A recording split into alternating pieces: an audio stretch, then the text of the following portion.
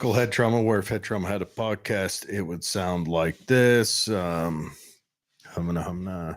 Welcome, everybody. Thank you for tuning in. We're very excited about tonight's show because we have a guest. Well, tonight we have two guests that are returning, and Matt Hymas is running for school board on the Republican ticket.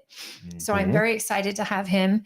And on that note, ballots are out. So regardless of what party you're voting for, make sure that you check your mailbox. They went out on the 15th. And if you have registered to vote and haven't received your ballot, get in touch with the county clerk through her website or call and just make sure your ballot is ready and that your information is ready. But Matt is a very good friend. He's an amazing principal and administrator at Excelsior, which is a charter.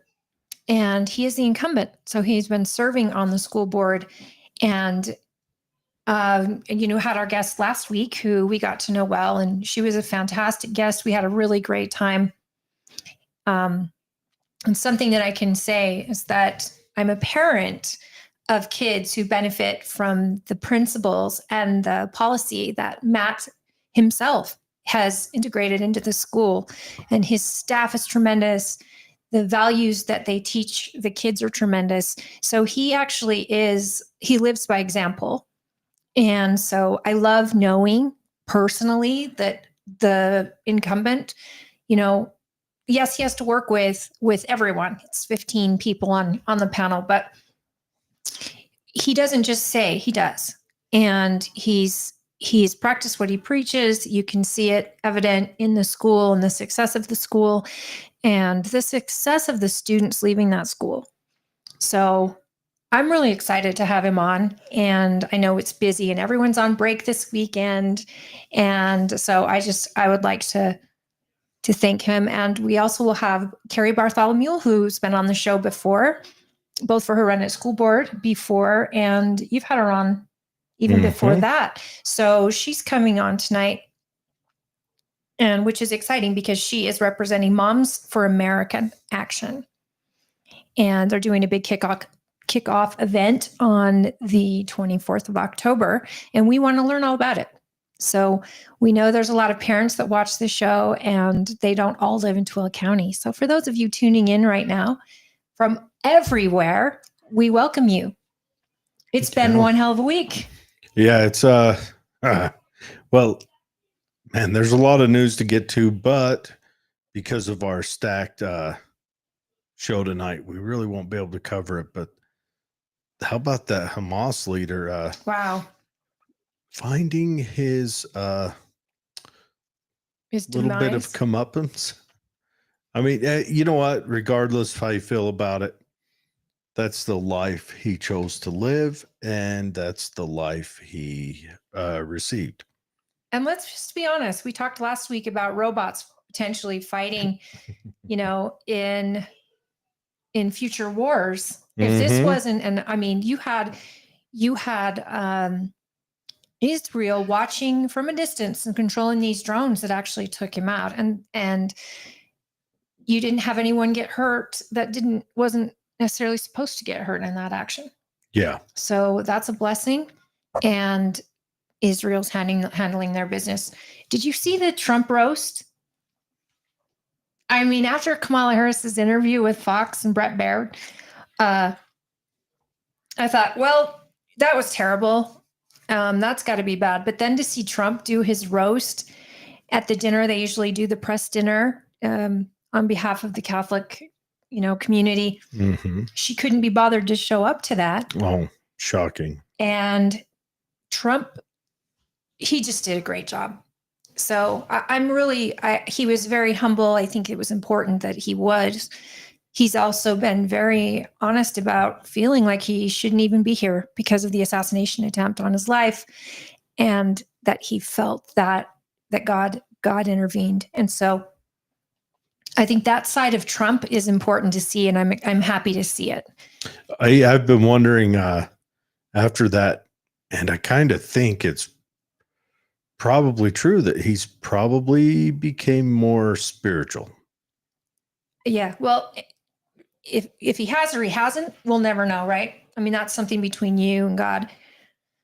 But the recognition of it and the fact that he freely, openly talks about it, whereas in 2020, actually 2016, he didn't really have that sincerity when he talked about God or the Bible or any of that. Now he sees that there's actually been some intervention there on his behalf, and it's only driven him further to try to make America great again, in his words. So if you haven't gotten a chance to see the roast, it's everywhere, especially on X, but I recommend it.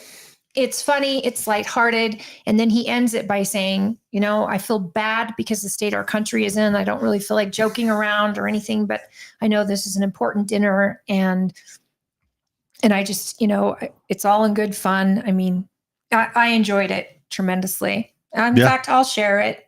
But if you're not on X, the link I have is an X link. If I share it on our page, if you're not on X, I recommend getting on X if you're not, even if you're not really into politics. I think it is a pretty free speech platform right now. It's the only free speech platform right now.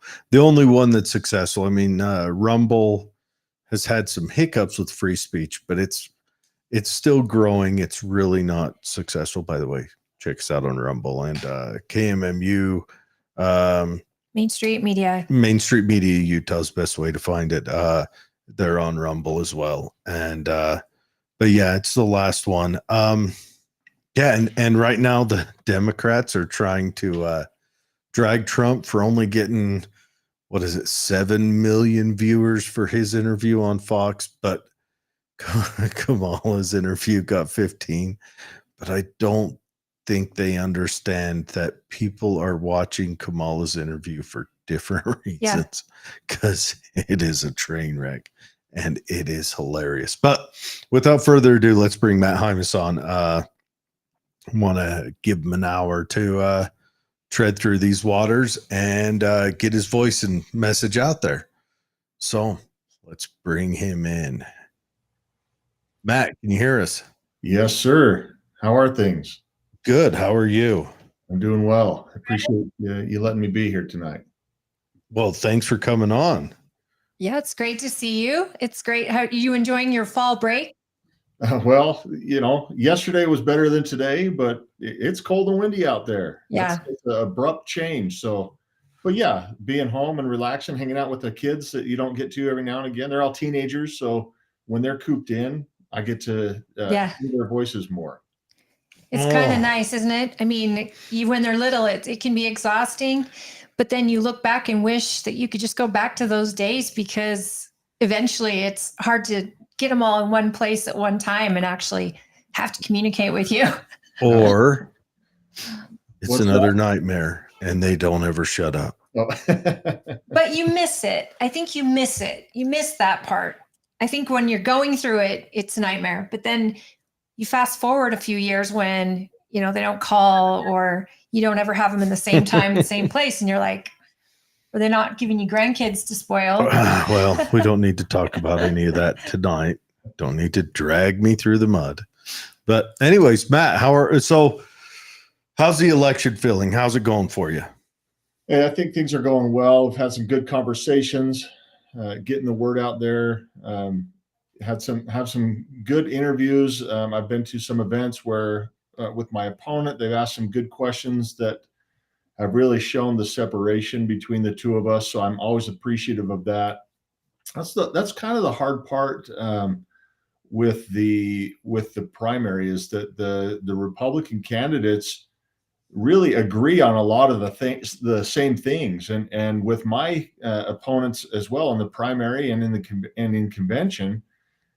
We had a lot of the same things we wanted to do. It was just how we do them. That was the main difference, right? You know, how do we work with people? How do we get things done?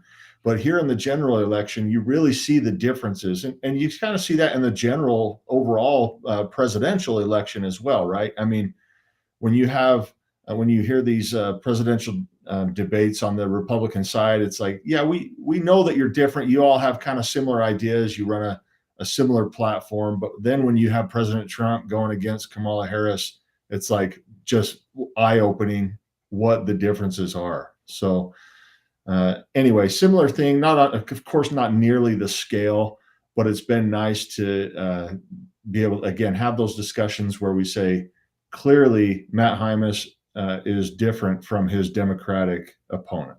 Well, and we actually had your opponent on Friday last week, and she is an easy person to like. She's a lieutenant colonel, which is extraordinary, and a teacher. We really enjoyed the interview, him being a historian and all, and she was very, very kind. I have to say that if you're going to have an opponent, have someone that is kind, who's patriotic, who believes in the kids. She's a teacher like you are. And so I think that I appreciate the two people running. Both are parent, like you have to work with parents. You have to understand, what you've got to understand as far as curriculum goes, policy, the legislature, exactly what your jobs are. I appreciate that. And, I wish her all the best, of course. But I love that you are actually putting all your ideas into play. What you talk about is something that you actually input into the school that you are running. And as a parent of that school, I feel like my kids are benefiting a lot from the conservative values that you have put in there. I mean, when you see, do unto others or, something along those lines on the walls of your school, your Veterans Day assembly, the patriotism that you teach, love of country, love of each other, and then the individual spirit, the entrepreneurial spirit, and the 7 habits, of highly successful people. That is all integrated into a school that you're the administrator of. And I think it's highly successful. And you do set yourself apart from other members of the board, which to me is awesome. I think Tooele County has benefited from your service. And I think that as the incumbent, I think that you've been a phenomenal representation.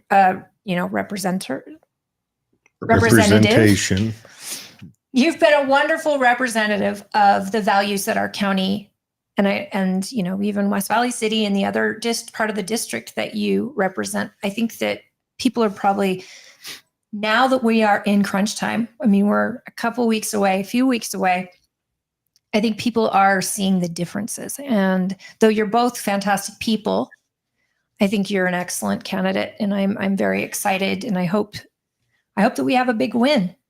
Yeah, so do I. And I appreciate the feedback and the compliment.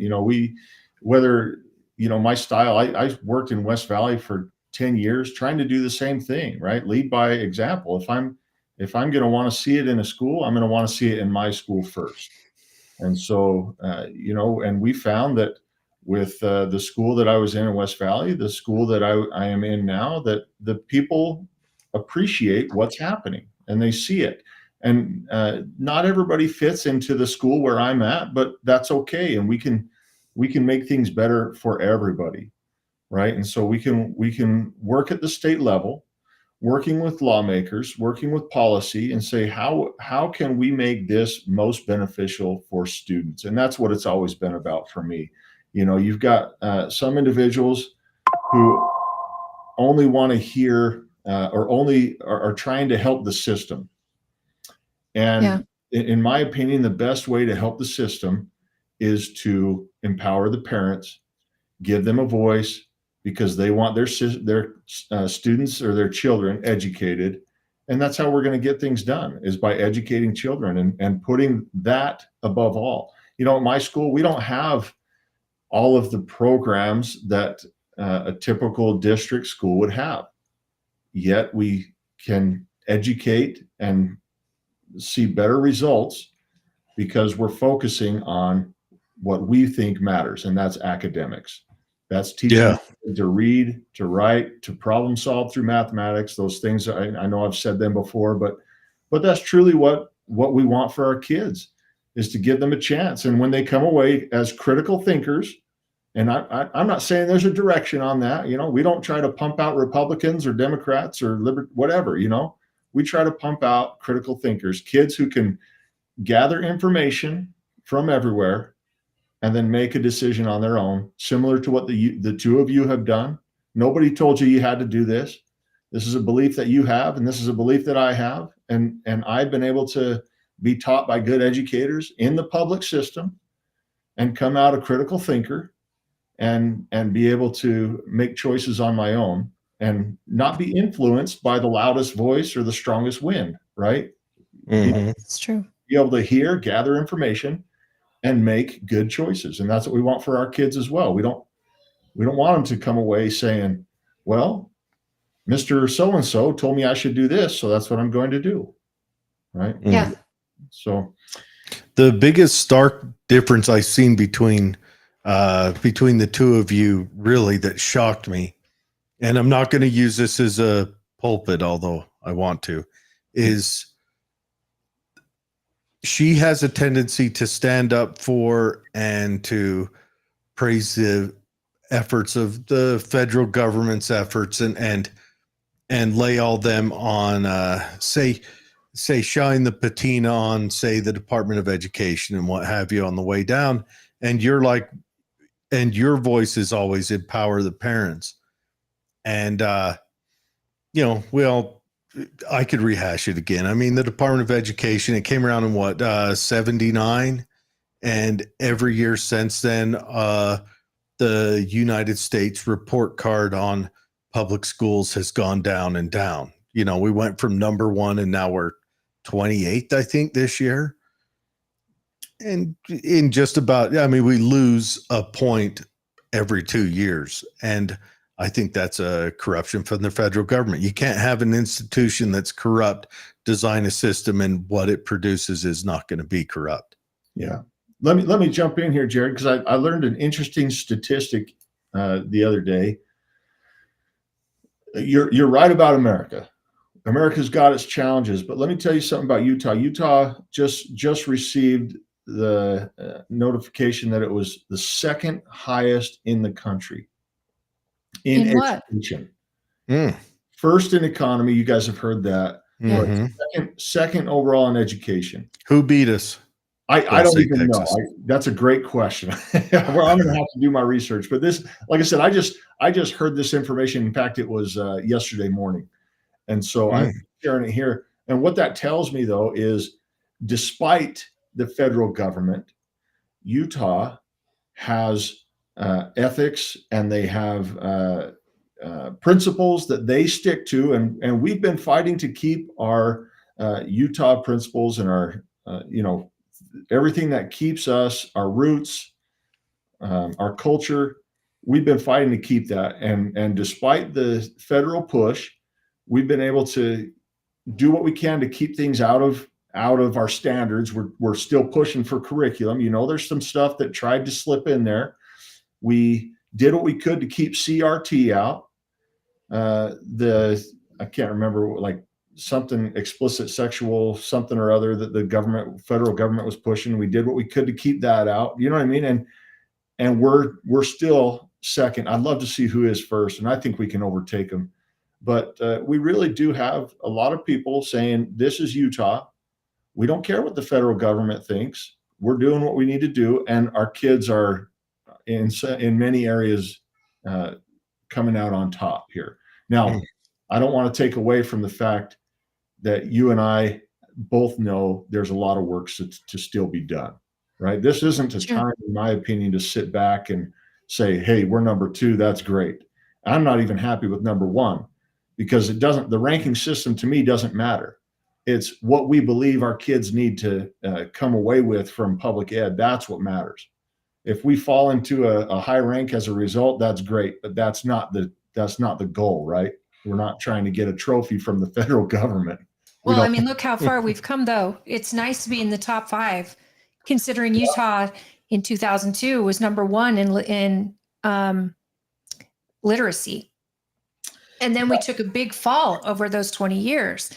And I don't know what their scale is to judge us on that number too, but it's nice to not be clear at the end, it's a lot of money's been spent in the name of education here in the state. And a lot of teachers have I mean, I think schools, teachers, especially engaged parents, administrators, they've done a lot of work for not a lot of pay.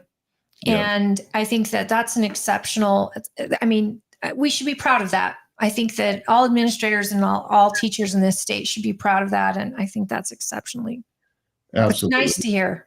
Yeah. We see, and this is part of the struggle I had, last year.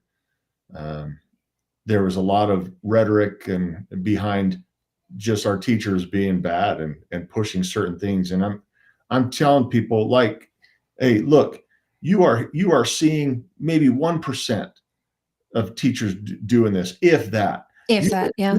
You get one person doing this, and it blows up to, man, we got a huge problem here, right? And a lot of times it wasn't even in our state that it was happening, but it's scary. And like, I get what parents are doing. I'm the same, right? And I hear my kids, they come home from the high school and I say, what's going on? What are you, and then I dig into it and meet with the teacher, right? Because that's what I'm supposed to do. And I learn a little bit more, and I talk to my kid, and they say, yeah, it's, you're right. That's what happened, but things get blown out of proportion a lot. And so we have to find that balance of saying, hey, we really do value and respect our educators. We've seen great teachers, and we have great teachers who are working so hard. And unfortunately, it only takes one or two to put a bad name on a big. And that is the world, right? Yeah. You're going to have bad in every career. We have this conversation every time there's a law enforcement issue, every time you get a doctor that's done something, a priest, or a religious person.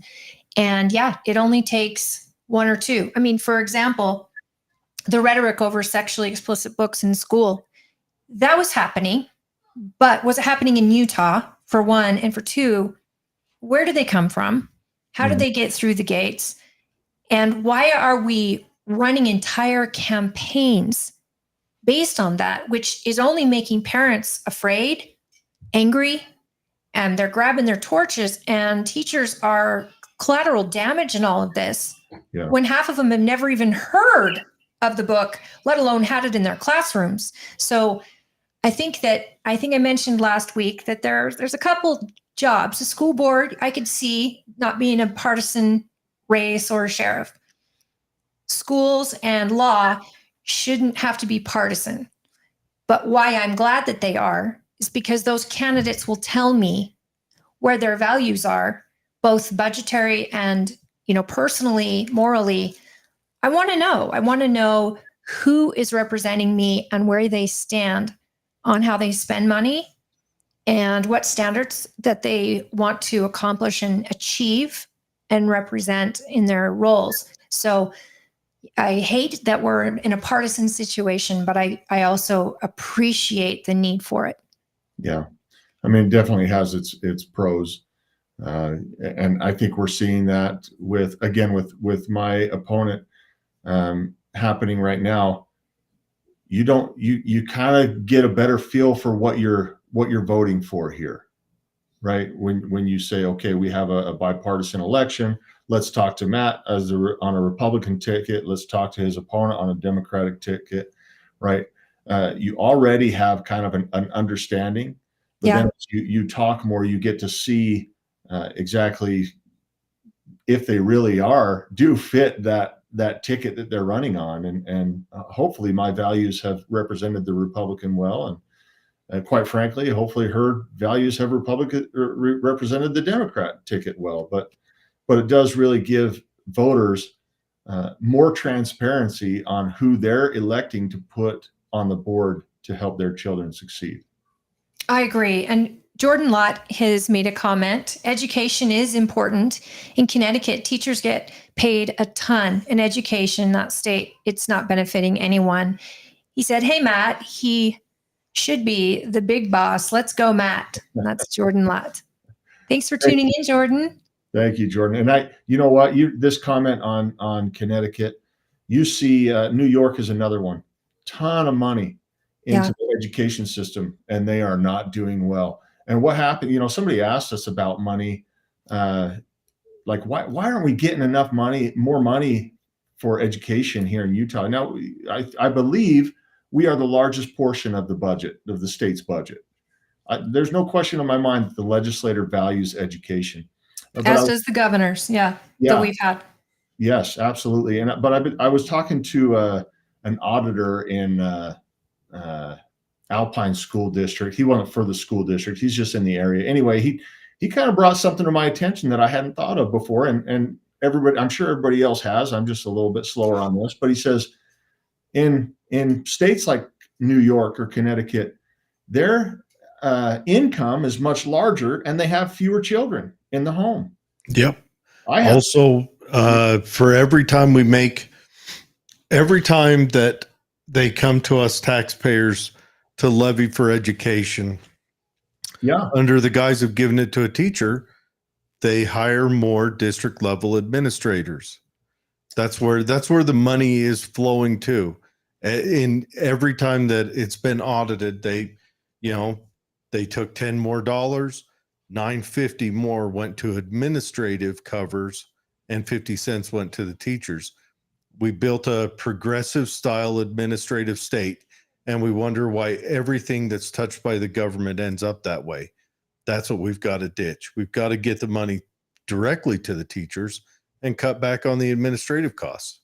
It definitely has to reach down farther. Absolutely. I agree 100%.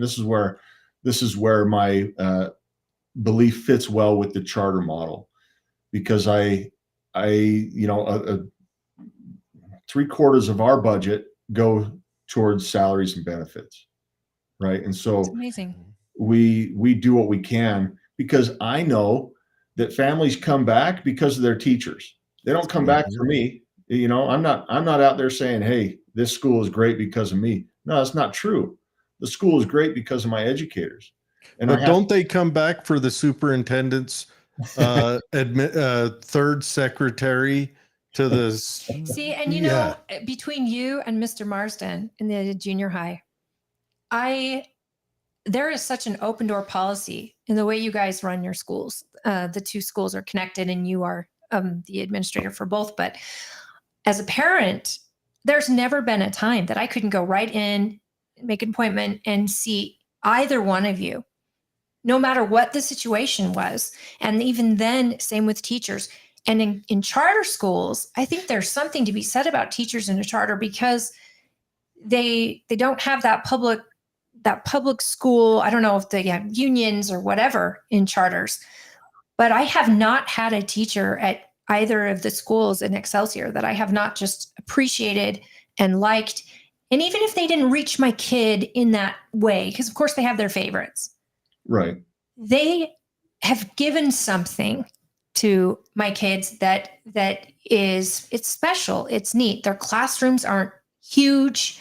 And I love that we have an incumbent that has worked in the charter school and who believes in the charter school method and has seen successes and can influence, hopefully, our state school board in a way to consider some of your successes that you found in that model. I appreciate that. When charters first came out, from what I understand, they were essentially research and development schools to assist district schools on this is what's working and this is what's not. And but immediately when a charter opened, there was this rivalry, right? And so we're trying to get to the back to a place where we say, no, district schools and even charter schools, let's work on what works, right? Let's take what works and implement that. I don't know about you guys. I'm a product of public ed. I saw some good things in there, and quite frankly, I'm pro education. But where I landed in my career, I just love it to death. I love having the flexibility to focus on, in my opinion, what matters most. And again, that's academics. And there's educators out there who I've talked to in district schools who are saying, man, I wish I had that support, right? But but you've seen our districts have grown so large. Yeah. How do you do that? How do you get a small school feel with a district the size of Tooele or Granite or Alpine, the three that I represent, which are all three quite large, you know? Well, they're bursting at the seams, and we find that we've talked about this before. They go in for their bond so they can build a new school that's already full to the seam by the time they open the doors. Yeah. And it's constantly doing the same thing over and over and expecting a different result. And there's got to be a moment of clarity where the board says, what we're doing isn't working. Let's shift gears and let's tell legislature, this is what's working. This is what we see as success. This is how we avoid these $200+ billion, $1 million, whatever bonds that we have to see a production result. I mean, for Utah to be number one in economy and number two in education, that's phenomenal, because what that's telling the world and the nation is that not only can you prosper here as a business, but you can hire here. Mm-hmm. We've got employable members of society that have a good education who can stay here in Utah, and they can be your new employees. And ladies and gentlemen, that's huge, because they don't have to move people from, all over to be able to staff companies that want to come here. Yeah.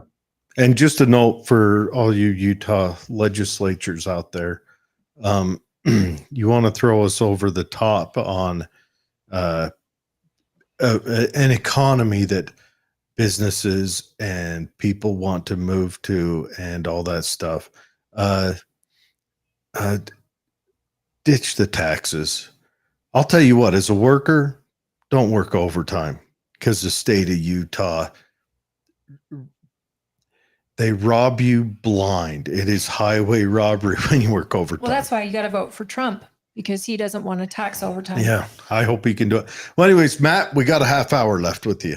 I just want you to spend a few minutes like laying out. I want you to give your position, your spiel, if you will, on why people should vote for Matt. Yeah. I don't know if I'm going to fill 30 minutes with that. I can answer questions all Just day. talk real slow. Yeah. Well, let's put it this way. Let's understand your why. Why run for the position? Yeah, I mean, that's a great question. And the reason that I'm doing this is we have had so many over the years, so many policies that protect the system or the organization. And if we're looking at protecting or helping teachers or educators in that system, I'm all for it, right? If we want to empower teachers and give them the ability to just do what they love, which is teach, I'm all for it. Because I believe that when we do that, we're also setting up a system where parents can be proud to put their kids in there. I get a lot of questions about this Utah fits all, the voucher law, right? The voucher law. And in my opinion, I say, if the districts were doing, and the schools, districts, charters were doing what they were supposed to do, or what parents were happy with, then it wouldn't be a threat at all. Right. People would say, I don't want the money. I don't want to. It's hard to homeschool. Yeah. It's not convenient to put your kids in a private school. There's nothing convenient about that. The most convenient thing is to have your kid in their neighborhood school.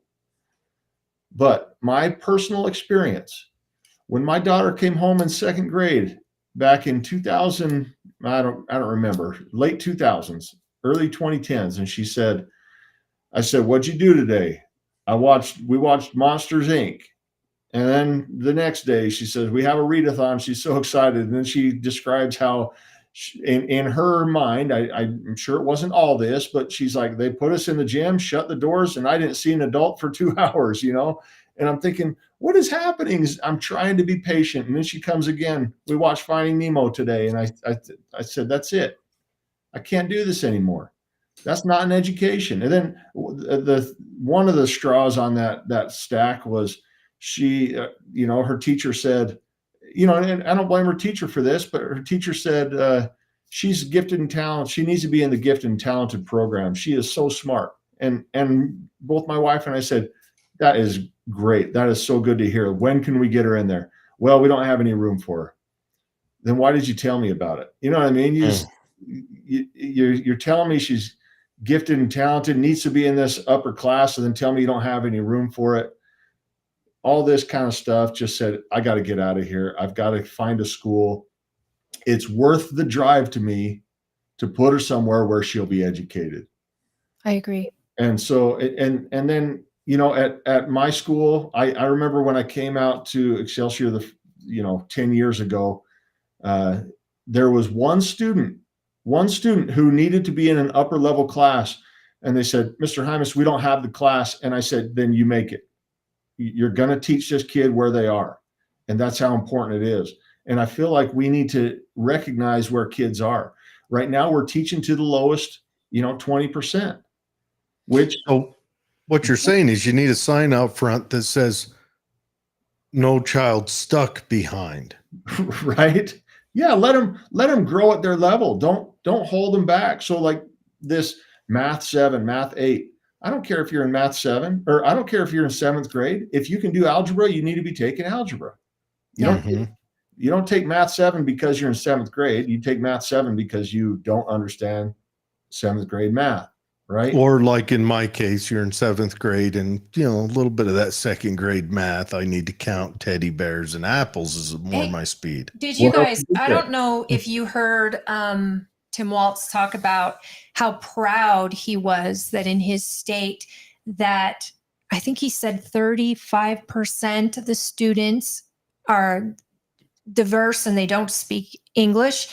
And I was like, you're proud of that? That sounds like a nightmare for teachers. Sounds like a recipe for how problems. On earth are the kids learning in a classroom where a teacher has, I'm all about diversity. I love it. I love it. But there should be a common denominator in a public school in the United States, and that's English, because a teacher cannot teach a classroom with 35% that don't understand them, or that's taking from the 65% that needs to learn and they're getting held behind. And that is what I have loved about Excelsior. And I will tell this to anyone who listens, the fact that you guys do the RISE testing multiple times in the year, and the kid is adjusted, the classes fit what the kid's level's at. It's not, oh, we're going to skip a grade or we're going to put you up to a different grade. No. You can go to your math class, which is 2 grades above what you're in. And then you're going to come back to your reading class, which is at the same level you're in. But we're also going to throw in Spanish because you've already graduated from vocabulary and reading or whatever it is. And the kid doesn't know the difference. They're just going to class as normal to a classroom that is the level that they understand. I think, why have our public schools not caught on that is a successful model? Yeah. And at the same time, we really believe if you don't pass algebra, why would I send you to algebra 2? Absolutely. Right. And so we need some more accountability for these kids, and to say, no, if you can't read, then let's keep you in a reading class. You guys, I think I may have mentioned this on the show before, that kid who graduated high school, was in a different state, sued the state and the education system, saying, I graduated and I can't read. And to me, that's obvious. Like, what do you mean you graduated? How is that even possible? The number is astronomical. How many kids can't read at a regular level, let alone to graduate from high school at the standard? Wasn't it last year Baltimore was like over 90% can't read at a graduation level that graduated?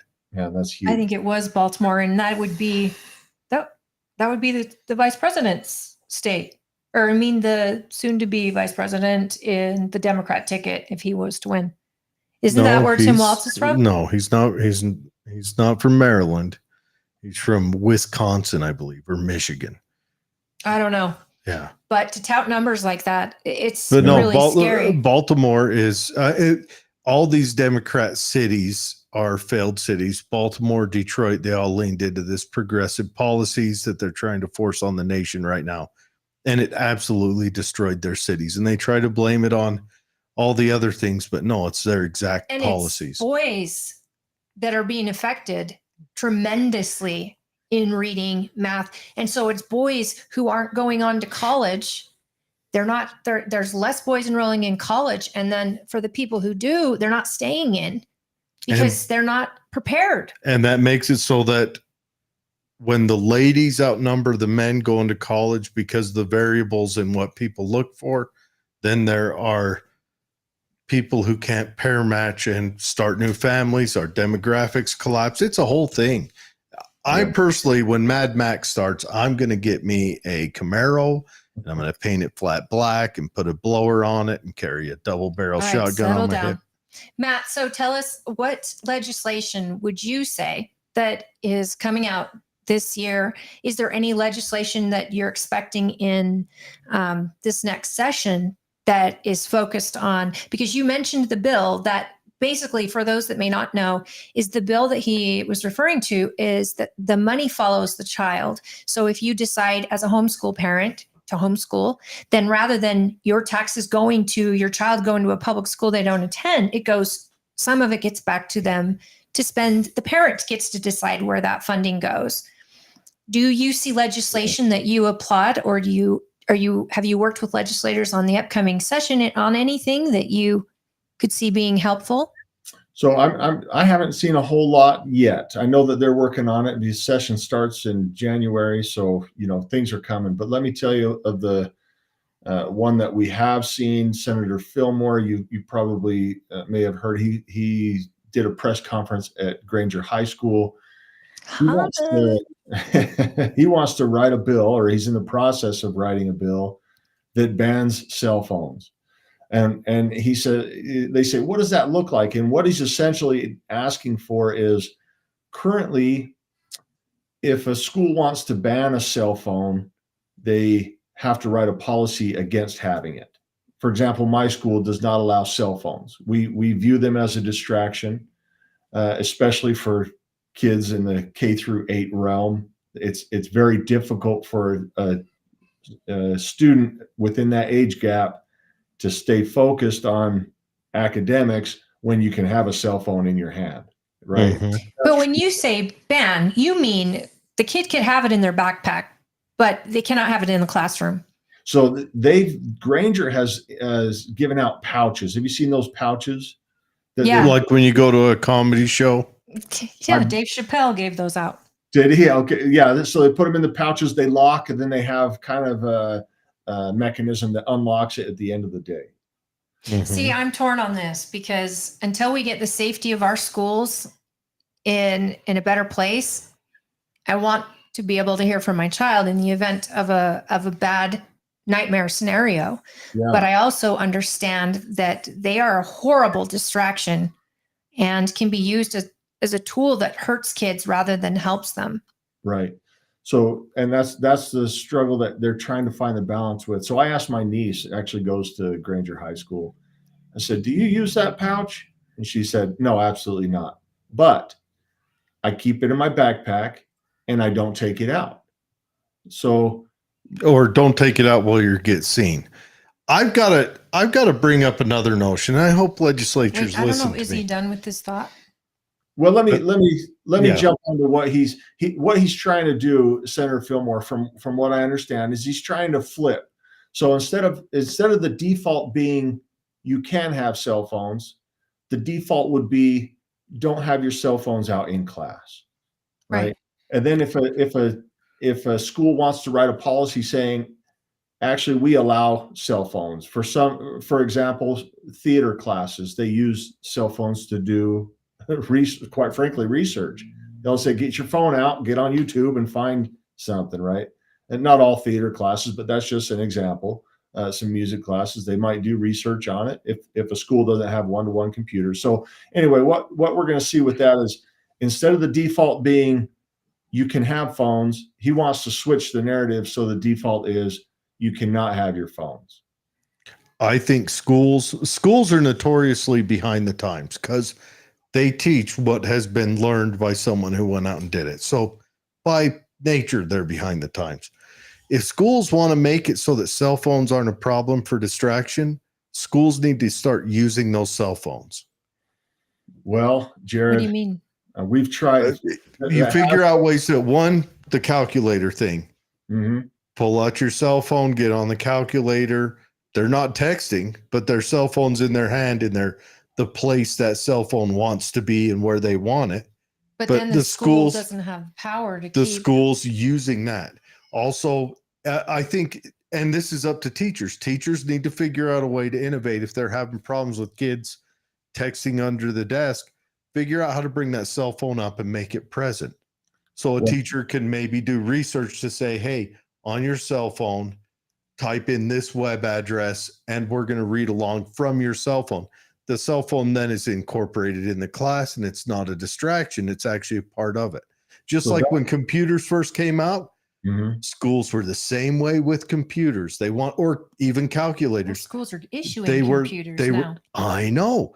They were the same way. They're late to the ball game. Schools need to start saying, we've got to anticipate this. The cell phone is probably the single most transformative machine in human history. And Right. schools to try to take that away, that's ridiculous. That's what the Catholic Church did with the press. The printing press. Yeah. So Let me jump in on this, because I hear you. And it was tried a few years ago. It said, hey, we have been pushing for technology in the hands of kids for years, and now they have the technology that we're the same technology that we've been pushing for, right? And then here come the studies, and this is where we're hearing things and learning things. And they say, what do the studies show? Well, they say the technology isn't a bad thing. This is to your point, Jared. The technology isn't a bad thing. Here's the problem, though, is I have a student and they have a cell phone, and they have more apps and notifications than I could ever imagine on my cell phone. And they say it takes, there goes a notification for me, a sports update. Let me check it. No, I'm not going to check it, right? But what they say is it takes a youth, an adolescent, 20 minutes to refocus once they get distracted by that Yeah. cell phone. Teachers don't have time, right? If I've got the cell phone in hand, that notification is coming. I'm going to get a Snapchat from my friend across the way, right? I'm going to get a video or some Instagram post or something. And so it's this constant battle, because Jared, I agree with you. You're exactly right. I think most people agree with you. We're saying no cell phones, yet we're trying to still get computers in their hands. Yeah. Right. Well, So let me introduce some more arguments into that. One, it's here. We're the only way we're going back is, EMP goes off and we all of a sudden have to learn Stone Age technology. Seriously. Also, this isn't the first time we've had arguments like this as humanity as a whole. When writing came about, there was arguments that we're going to lose our memory because we're writing it down. So we won't carry that. And so I still think, yes, children are going to lose 20 minutes of their time getting back on track. 20 minutes they don't have. Teachers need to learn how to instruct through that. Also, why can't the teacher become that notification during class, mass to the students? The teacher can be like, Billy, I sent you a text with this part of Romeo and Juliet that you're going to read now. Well, What if Billy can't afford a cell phone? His family doesn't and then have if it. Billy doesn't have a cell phone to use, they're issuing the computers. I don't know. But to try to say we're going to take a step back, that is a fight that I believe education will lose. I want to also, and I don't think they'll lose it through legislation. I don't think they'll lose it because it is almost an unachievable goal. okay, but here's my thing. Gum is everywhere. I knew I could not chew gum in class. So I had to keep it in my bag. And if I was caught chewing it, I had to throw it in the trash, and we had to redirect, and teachers pushed that. Teachers should be able to say, because under a cell phone, you don't know what access this child has. You could have pornography going on in a classroom. You've got children that can't afford cell phones who would be left out. We've already got the school issuing computers that are on a very specific guardianship so that they can't access certain websites and all of that. We've integrated the technology. Aside from an emergency, I don't see why you need to have cell phones in school. That's the only barrier I have, is that our kids are not fully protected in public school, or any school for that matter. Anything could happen at any time. They should be able to have access to a parent via text or call if it's an emergency.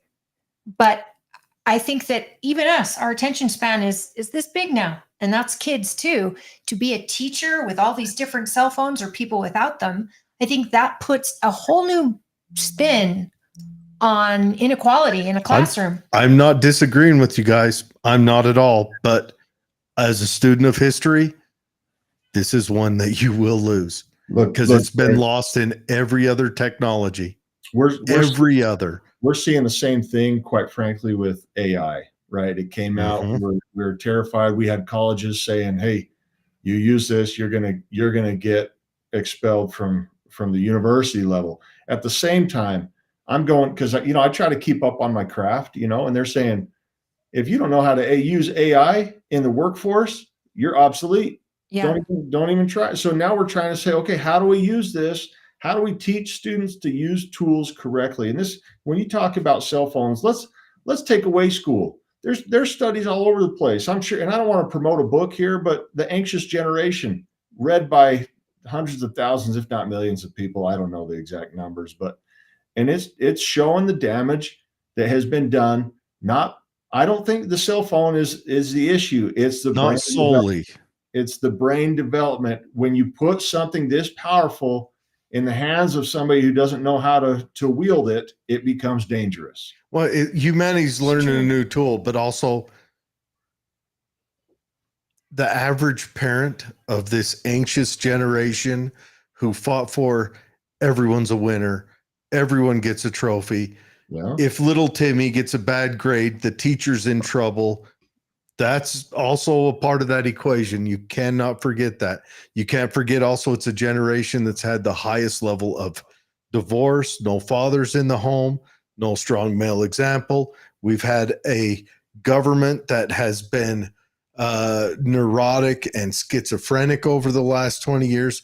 We've had nothing but a news media where every night as they walk through the house, the trusted adult in the room is watching a show that's showing them nightmare and terror and trying to get ratings through that. Instead of telling you the news, they're trying to be a drama.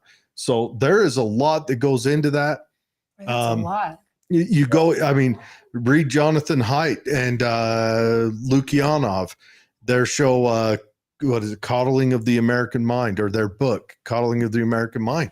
It lays it all out. The cell phone is a big part of that equation, but there's more. Absolutely. And somebody asked me the other day, when was the last time you seen a kid with a cast? And I thought, man, the point being, we don't get out anymore. Kids used to break things. That's how we grew. That's how we learn. Yeah. I learned, by bad experience that you can't jump a bike over 2x4s. It doesn't work very well. How often have you seen a group of kids on a bike? Right. Yeah. You don't see that very often. Right. So, we have good parents. I'm sure we have great people who are listening right now saying, yeah, I've seen it. And this is, I make my kids go outside. That's what I have to do. Hey, I took all my kids to Home Depot yesterday.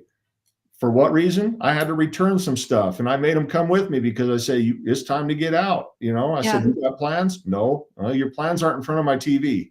Let's go. And the populace, I mean, we've gotten younger and younger and younger, and I'm guilty of throwing an iPad in front of my child at a young age. And I've probably helped create a little ADD in both of them on their focus, because that development and that gray matter, and as they're developing, their attention span, and I know because adults are having it too, it's one high to the next high to the next high by design. These are designed to do this, and we're growing little addicts. I mean, they're looking for that next thing. That's how we all get stuck in the void. I call it the abyss, when I'm like, hey, put down the iPad, because you've been in the abyss where it's one reel to the next reel to the next reel. Yeah. And all of a sudden 4 hours has gone by. Well, we're building the next humanity. The change is here, just like Every other technology's invented, a new human has to mold around it. And yes, that first group of humans is a lost group. I would like to know, Matt, with that thought, and you're absolutely right. If there is a ban on, my whole thing about cell phones, like I said, is safety. Is there anything going on? And this is what I love about the work you do, because I know many legislators who know who you are, who have gotten your guidance or thoughts on bills. I know you have to work with other people in order to have a successful school board. That does take a unity with, with you, legislature, the board itself, and then with these districts. Going into session, I know a lot of them will seek counsel from the school board and vice versa. So how is the security? Is anybody addressing security in our schools? And has that been something the school board has talked about? Absolutely. School safety has been on the minds of everybody for years. Especially these past couple of years, legislator has put a lot of money into school safety. But can I be honest with you guys? I feel like I can, and your listeners here. Everything that we're trained on, everything that we talk about, I shouldn't say everything. A lot of the stuff, most things, is reactionary.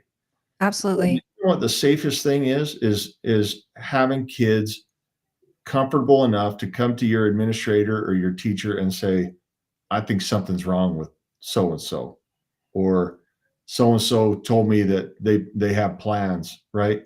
Because a lot of times that doesn't come out till after the fact. They're putting in this, I can't remember the name of the bill, but they want the school guardian. Well, what's a school guardian? All it is it's somebody who's willing to shoot somebody who starts shooting first, right? I mean, that sounds brutal, but they can't prevent. The school guardian is not going to prevent. It might help the shooter question, like, oh man, I'm probably not going to go there. That's helpful. Yeah. But we're going to train them on how to take a life if necessary. And that stuff needs to happen. And we talk about putting different security measures in the schools, and we do different drills and things of that nature. And like I said, we put more and more money into the keeping the people out. But the safest thing that we can do is to talk to our children, make sure that they're mentally safe and don't have those plans, right? And then talk to our children and say, if you hear of this, you've got to, at the very least, let me know as a parent, right? Mm-hmm. See something, say something. Yeah. Well, we've got to fix our society. Yeah, this isn't one of those situations where it's a secret, right? And I had, I went to watch admittedly, it was a social emotional learning. I said, what is all this about? I need to see what's going on. This was when SEL was making a big push, and there was these organizations going to different schools. And I said, I got to see what's going on, because I don't do that at my school. We do our own stuff and we take care of it. We teach these principles, like, hey, be responsible for yourself and your friends. Help them by saying something, right? Doesn't help anybody to keep it a secret. And one of the things that they said that I walked away with that I actually thought was very valuable, they were talking to first graders, so it was very age appropriate. They say there's two types of secrets that make you happy and secrets that make you nervous. And you can keep the ones that make you happy, like it's so-and-so's birthday party, we're going to keep that a secret. But the ones that make you nervous, you need to tell somebody. And that is a good one. Yeah. That is. That's what we need to help our kids understand. Like if a friend of yours tells you, hey, don't tell anybody, but I got to see, and you got to carry that pit with you. You got to talk to somebody. You got to get help. Yeah. And that goes deeper than just if that kid has some plans, but what if that kid's going through some stuff, Right. Yeah. And so bring a responsible person involved who can actually aid the situation. We have 5 minutes left. I want to run through some comments. We only have 5 minutes. I got to run through these comments. Got to pour in on both sides. You got to hold on. The school guardian doesn't have that interaction with the child day to day like a teacher does. And I think that is the number one thing. The child has to know the teacher is a safe place. The administration is a safe place. And you've had this experience in the school recently. And that conduit between administration and parent is paramount, because as a parent, I feel like my child's in a safe space. And because there is so much information that is that you personally send out to parents and you reiterate that same fact. If your child sees something, say something. And again, it's you're living by example. So I appreciate that.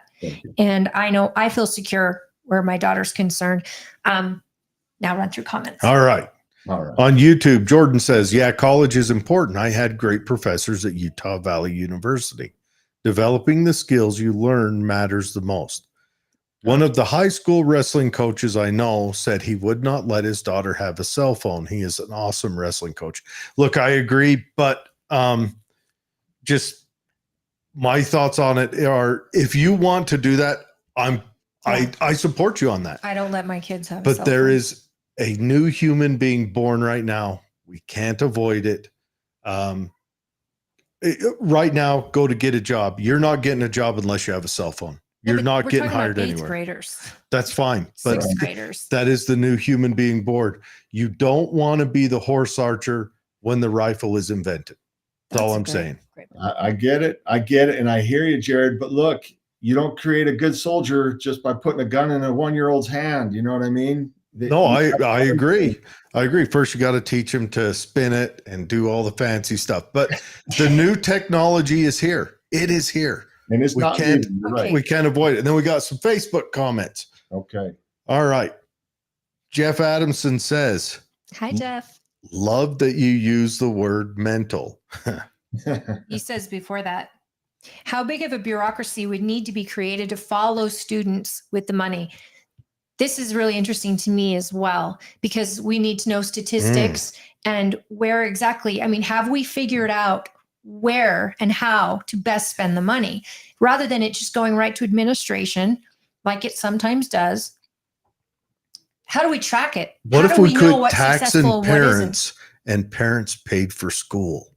That would be interesting. You know, I think the closest thing they got was they talked about Amendment A. It's no longer on the ballot, or maybe it's on the ballot, but it won't matter. Yeah. It was too late to take it off. But anyway, but they said that the legislators said, we want to get rid of property or of putting all of your property taxes to education. We want to do different ways, right? I don't know. Those are great questions, because I don't know, quite frankly, how much of my money goes to my kids. And because I have a household of 5 kids, 2 of them are still students, how much money still goes to them, right? Am I paying less per student because I have more than you, who might have 1 or 2 kids at home, paying the same property taxes as I am? Also, could it break the monopoly on education by the state? Could it make it so that education has to get leaner and more competitive? It's true. That's a lot to argue with. If the government took over cell phones in, say, 2004, we would still be using that Nokia thing, because that's as far as they would get. Right? What are we talking about? I think how we're following the money. Government controls schools, so they carry a monopoly on education. And that way, even a charter school, you have to compete in their monopoly against them. You have to be there competing against them and propping them up at the same time, when you should be able to say, hey, we're lean and mean. You want your kid to do this? You come here and learn this. Right. And people would choose you, and they wouldn't have to, you would pull competition into the education market. All right. Our charter school, I sought out. I researched all the schools, including private, and I chose Excelsior based on what I learned. And so it's worth the drive to me to get them there. And it's also worth the requirement and volunteer hours and things to have them participate. Yep. And Matt Jones, what's up, Matthew? He says, why every school hasn't been fortified is beyond me. There are ways to do so without making it look like a prison if they truly want to maximize safety. I'm with you. That's a good point. I would like to, again, competition where schools could play their own methods of doing it and how to figure it out. Let it rise. It shouldn't be a decision that's made in one place in Salt Lake City that covers the whole state, when every school has different needs, has different capabilities. But I still lean on, right now our society is sick. Yes, part of that is the cell phone has been invented. That has made us sick as a society. We have a social 100%. We're a new human being born. We're a new iteration, just like, writing and agriculture. Everything has changed humanity, and it causes a lot of chaos in the beginning. Who's that comment from? Matt Jones. Matt, Matt, let me speak to Matt for a second. Is that okay? yes. I appreciate what Matt's bringing up here. And I do want to say there are actual laws against sharing what your school is doing to fortify, right? Because you don't want to let the bad guys know, if you will, what you're doing or not what doing. you're doing, right? I will tell you. Don't tell us about the shape Channerite charges you have at the doorway, covering 45 degrees from both directions. But I mean, obviously, you're going to see some obvious things. Like a lot of times, people put locks on the doors or buzzers. A lot of schools have buzzers. You'll see those obvious things. They can't tell you everything and they can't show you everything. But I do want to, because I'm glad you brought this up, because the legislature has put a ton of money out there to help schools fortify and get there. So whether they are or not, I don't know for sure, but I know that laws have been saying, hey, beef up your security, take care of your buildings, right? I know that a lot of times money is a huge factor. None of this is cheap, and nobody's making it free, of course. And so, but I do want Matt to understand. I should have remembered his name. It's a fantastic name. Kind of biblical, really. If it's interesting too, because we talked about arming teachers and the actual Tim Jimenez bill when he talked about getting teachers training, proper training. I mean, this is the age we're living in. Do we want to have our teachers armed? No. In a perfect world, there should be no need. But if it's a deterrent for any would-be person, that it means ill will to walk into a place and they don't know if the secretary is going to end it or if, right down the hall, you've got 4 teachers who are going to end it. We never want that. But what we do want as a society is to know that schools are safe and that there are people in them that are prepared to protect with their lives the children that they are taking, that are in their care. So I think that's... And now everybody knows that in Utah, there is at least one person in there who is willing to do that in every Utah school. Hey, and in the great state of Utah, there may be a concealed carry parent visiting the office. So for all you Dick Dastardly out there, remember, you may get your butt handed to you by, Bob the plumber who's down there to turn over a doctor's note. Anyways, everyone, we got to cut his website real fast. I've got it up on the screen.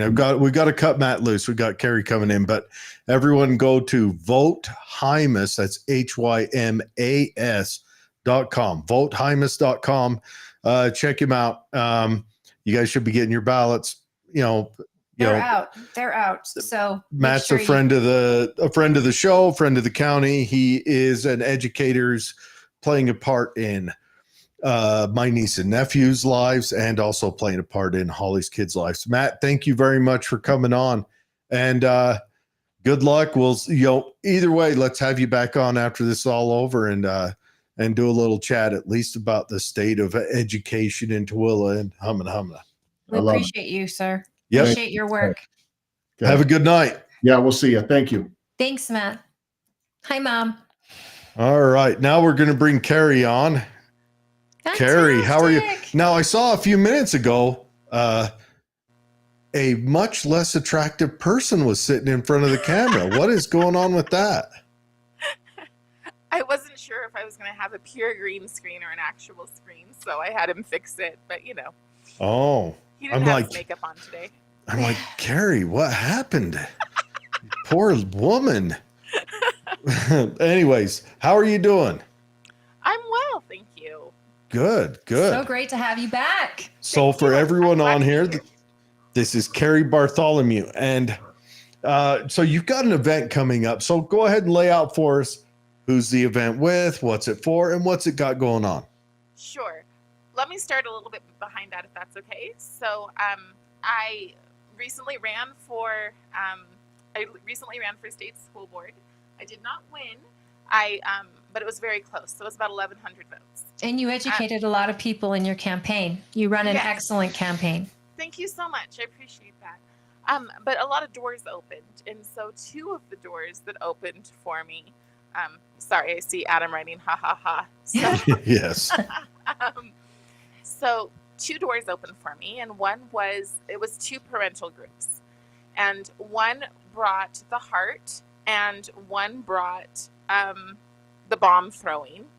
And I felt like maybe Utah needed a little bit of both, but I wanted to go with the one with the heart.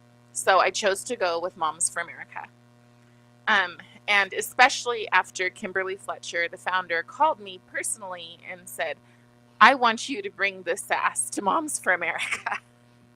Oh. Awesome. So that's how that worked. And so Tell we us have about our Moms launch. for America. Right, Moms for America. And what we are actually is Moms for America Action. Action, right. So Moms for America has been in Utah for 14 years, and they have been, they're very well respected women's group who have really taught the principles of liberty within their homes.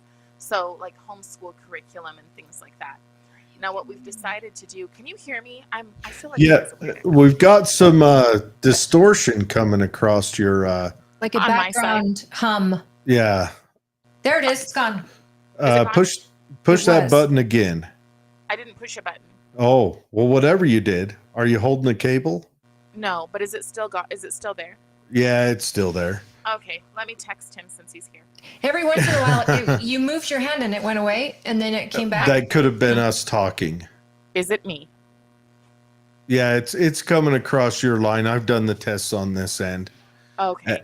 And it could be Adam, interference. get in there. I know you're watching. Get in there. Right.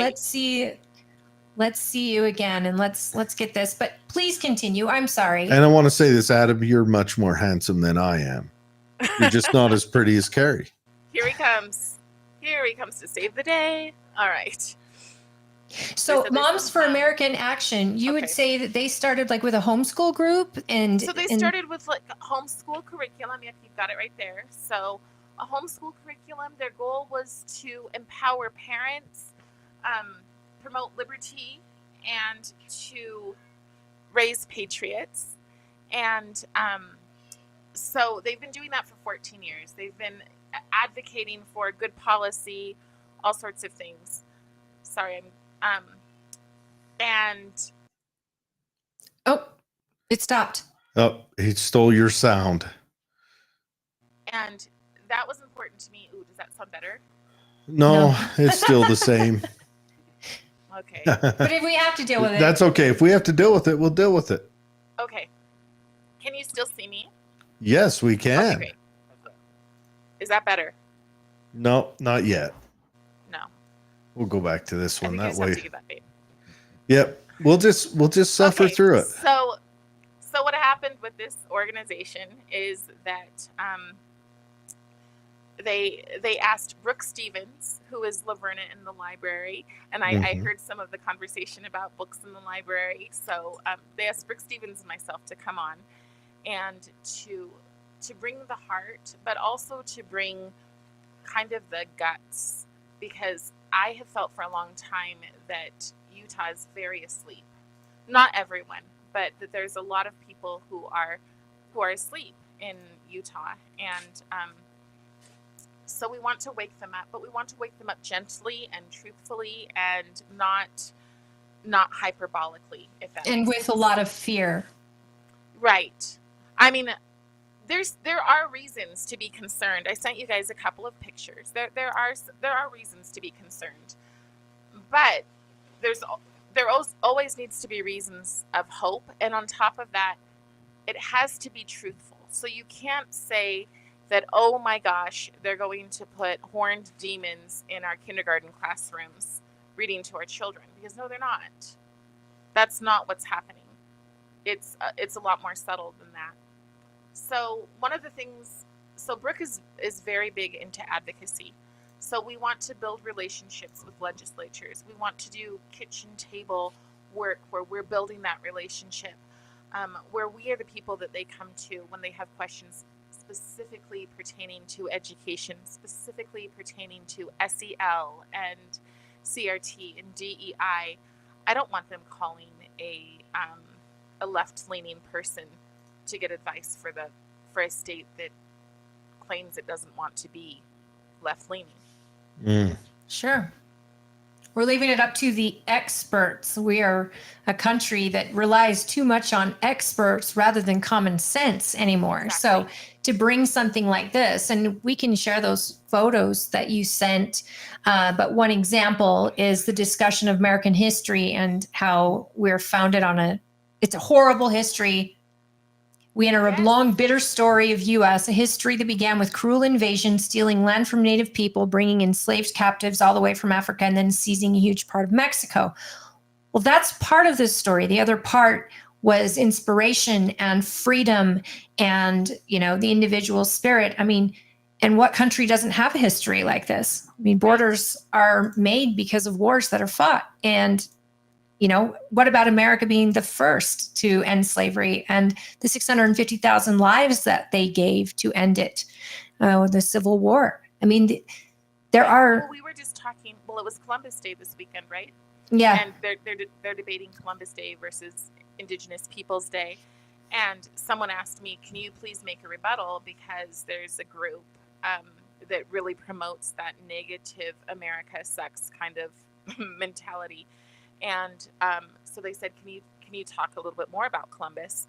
And I really had to read it. I mean, I'm public school educated, so I had to do some research. And so I looked at a few things, and one of the things I found out was that, I mean, I knew obviously that Columbus was a religious person, and I'd heard before about the Caribs, which I can't forget because that's basically my name. So so I'd heard about those things, but there were 13 there were 13 pilgrimages of Christians, right?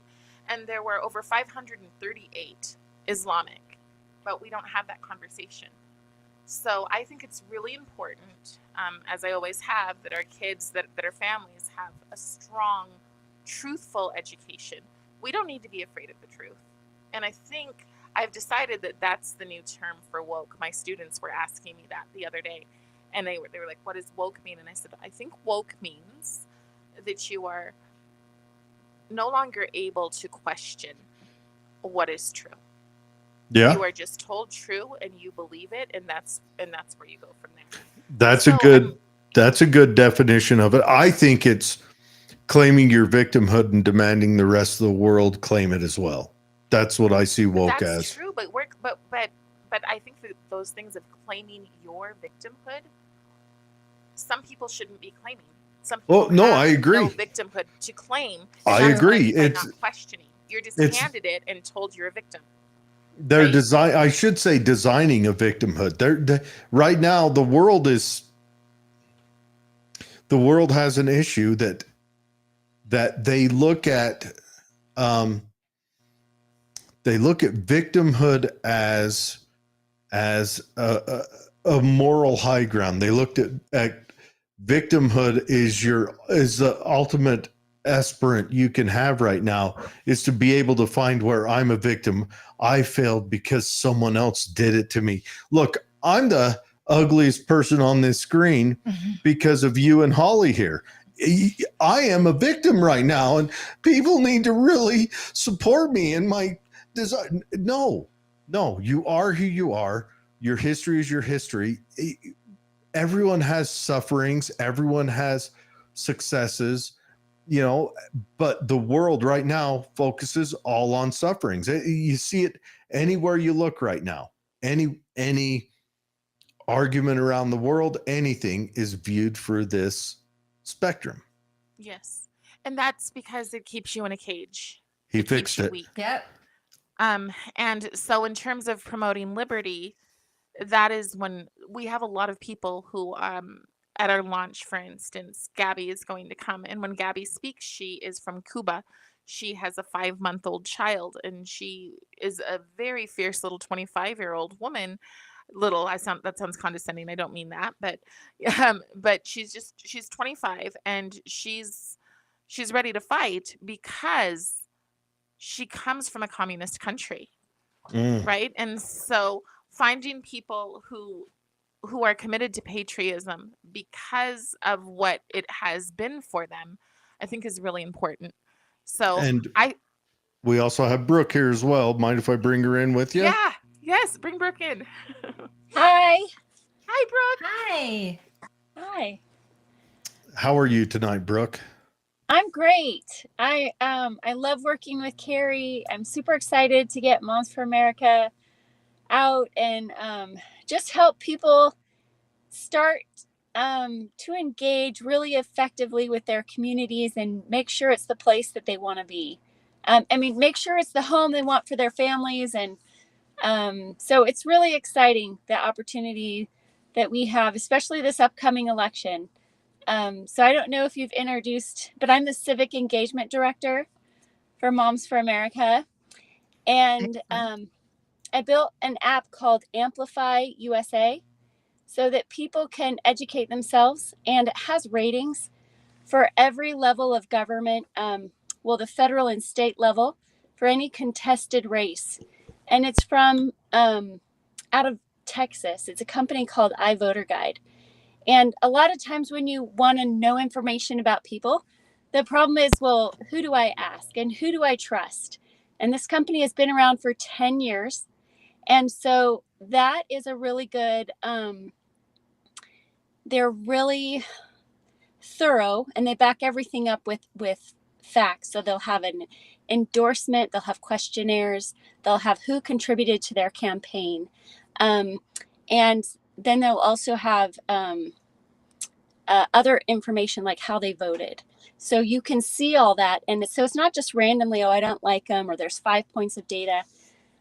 They get as much as they can, and then they share it with people. So we're trying to help people know where to go to get that information so that they can make the best decision for them and for their families. That's brilliant. As a voter, that could be a huge tool. I mean, there's too much information out there. How nice that you'd have an option to kind of gather that information and put it in one place that's accessible to everyone. That's a great idea. Yeah, and the other piece is we have information from local groups, because a lot of people will go to social media and there's a lot of animosity or vitriol, and they're like, oh, I don't want to go there anymore, especially for politics. Like, yeah. Tell me more. Where is this? So we've lost this ability to communicate. So intentionally on Amplify, there's no chat feature. It's only information from all the platforms. So you have all the local groups who are doing their research. They may disagree with each other. They may not, but there's nobody liking it.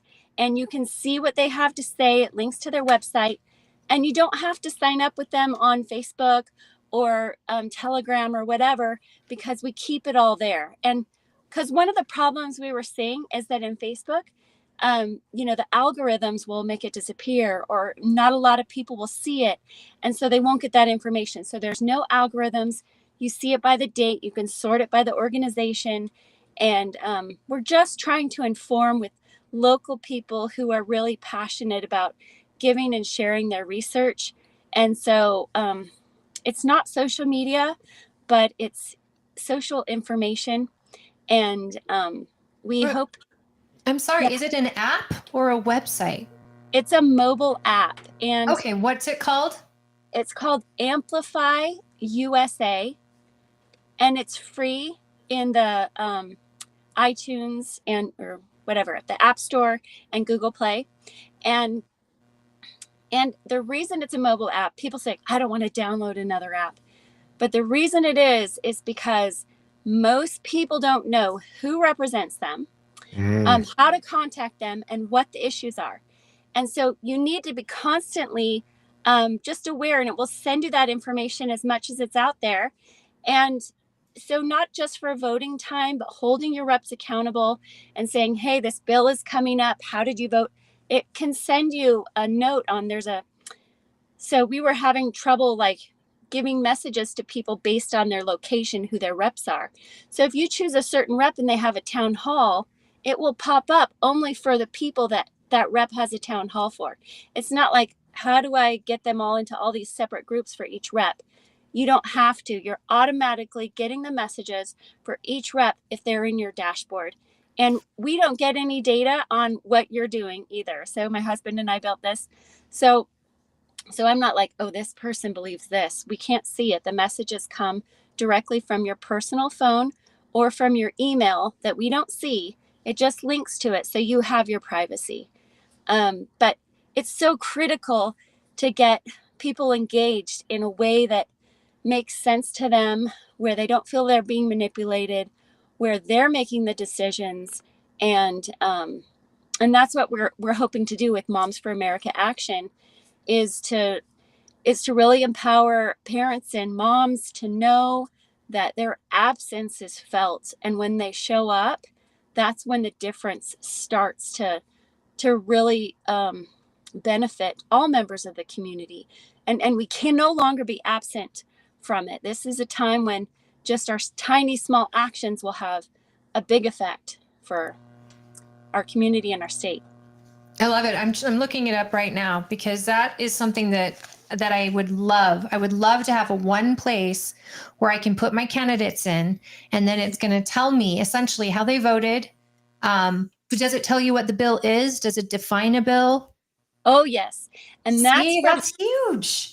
Yeah, and it's from all these organizations who have their specialty, and they do their research. And even if you don't agree with the organization, they're giving you a starting place of where to continue your research. And so it's not like you have to do everything that they put out there. And Moms for America is one of those. Another one is American Family Action that I'll be adding soon, but they're excellent at federal level legislation. They're great watchdogs at that. And then we can engage with our congressmen and our senators really intelligently. It's not like, well, I don't know enough about that. They research it, write it down as much as you need to know, and then say, the bill is going to go to be voted on next week. Call them before that. And so hopefully people can see that it isn't that hard and Utah is amazing because we have so many groups doing this. We really have a plethora of groups who are engaged. It's just a matter of bringing that to the people who, don't really know where to start right now. And so, right. And this is an easy format, and I don't know if people can see it, but I see, for example, if Chris Stewart's your representative, you've got him. He's no longer our representative, but you put in your district and it'll tell you who your representative is. And then you can follow them on your dashboard. And you're saying that I'm downloading it now. So people take a look at it, because this is pretty dang cool. And you're not tracking people's information or data, and you're not selling it. You're probably not putting advertisement inside, or are you? How do you fund this app? I'm embarrassed, but we did get some donors, and Great. then the rest came from our mortgage on our house. Oh, And okay. yeah, right. Advertising in there. yeah. It's time to start selling data. Well, that is a huge commodity right now. That's the new world. That's where it's at. I can imagine that electeds would want to donate to something like this. And I can also imagine that people like me would like to buy advertising on your page, especially during election time. If anything, just to let people know about my candidates and about my county or something. I mean, this is a great idea. Thank you. Yeah, it's I hope that people will take advantage of it, and that everyone can benefit. And I'm sure there's a way to monetize. That hasn't been my biggest priority. My biggest priority has been to restore the people to government. A lot of people will say, I don't like government. And I'm like, but you like your community and you want to preserve it. And but that's why I don't like government. Well, you have to, it's kind of a strange position to be in, to say you don't like government, because we truly are sovereign. The people are sovereign, and the government can't or shouldn't be able to do anything without us. So our absence is giving them way too much power. And for us to bring it back and say, yes, the people are sovereign. I'm just going to do 5 minutes a week. And with 5 minutes a week, the difference we could make? Our legislators would be like, what is happening here? How come so many people understand the issues? Because a lot of the legislators have full-time jobs in Utah. It's amazing. There's no paid, they can't be full-time like in other states. And so they don't have a whole lot of time to research every single issue.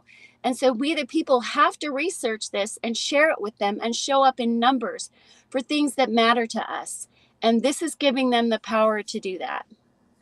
This Yeah, is I way like it. easy. I'm literally setting it up right now. I like it. And this is really easy. And for people who do podcasts or anything political, this is an automatic information. I mean, you're doing research for us. So that we can get in there and snipe them. All right. Yeah. So, but I want to get back to, so you got an event coming up, right? Let's go ahead and pull up the event. You're muted, Cari, I think. Oh, Carrie's not talking to us. She doesn't want to talk to us anymore. She just wants to show us her face. But she's got her producer in. But I'll go ahead and lead off the read for the event, if that's okay. So Moms for America Action, they have a one-day Utah Summit Thursday, October 24th at the Calvary Mountain View Church. That's 340 East State Street in American Fork, Utah. And some of the people you can expect if you attend, Burgess Owens, he will be there. Is that Kimberly Fletcher? Yes. Oh, hey, look at that. Nice 2020. I know. vision there. I know. Julene Jackson. Oh, Nicolene Peck.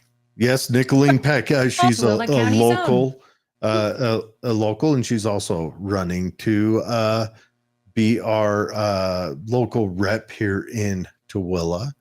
You're gonna have to read the other names because I can't zoom in on it because I'm sharing it on the screen. If I zoom in, it'll mess it up. But give us the other names, Cari. Can I give you the other names? Can you hear me now?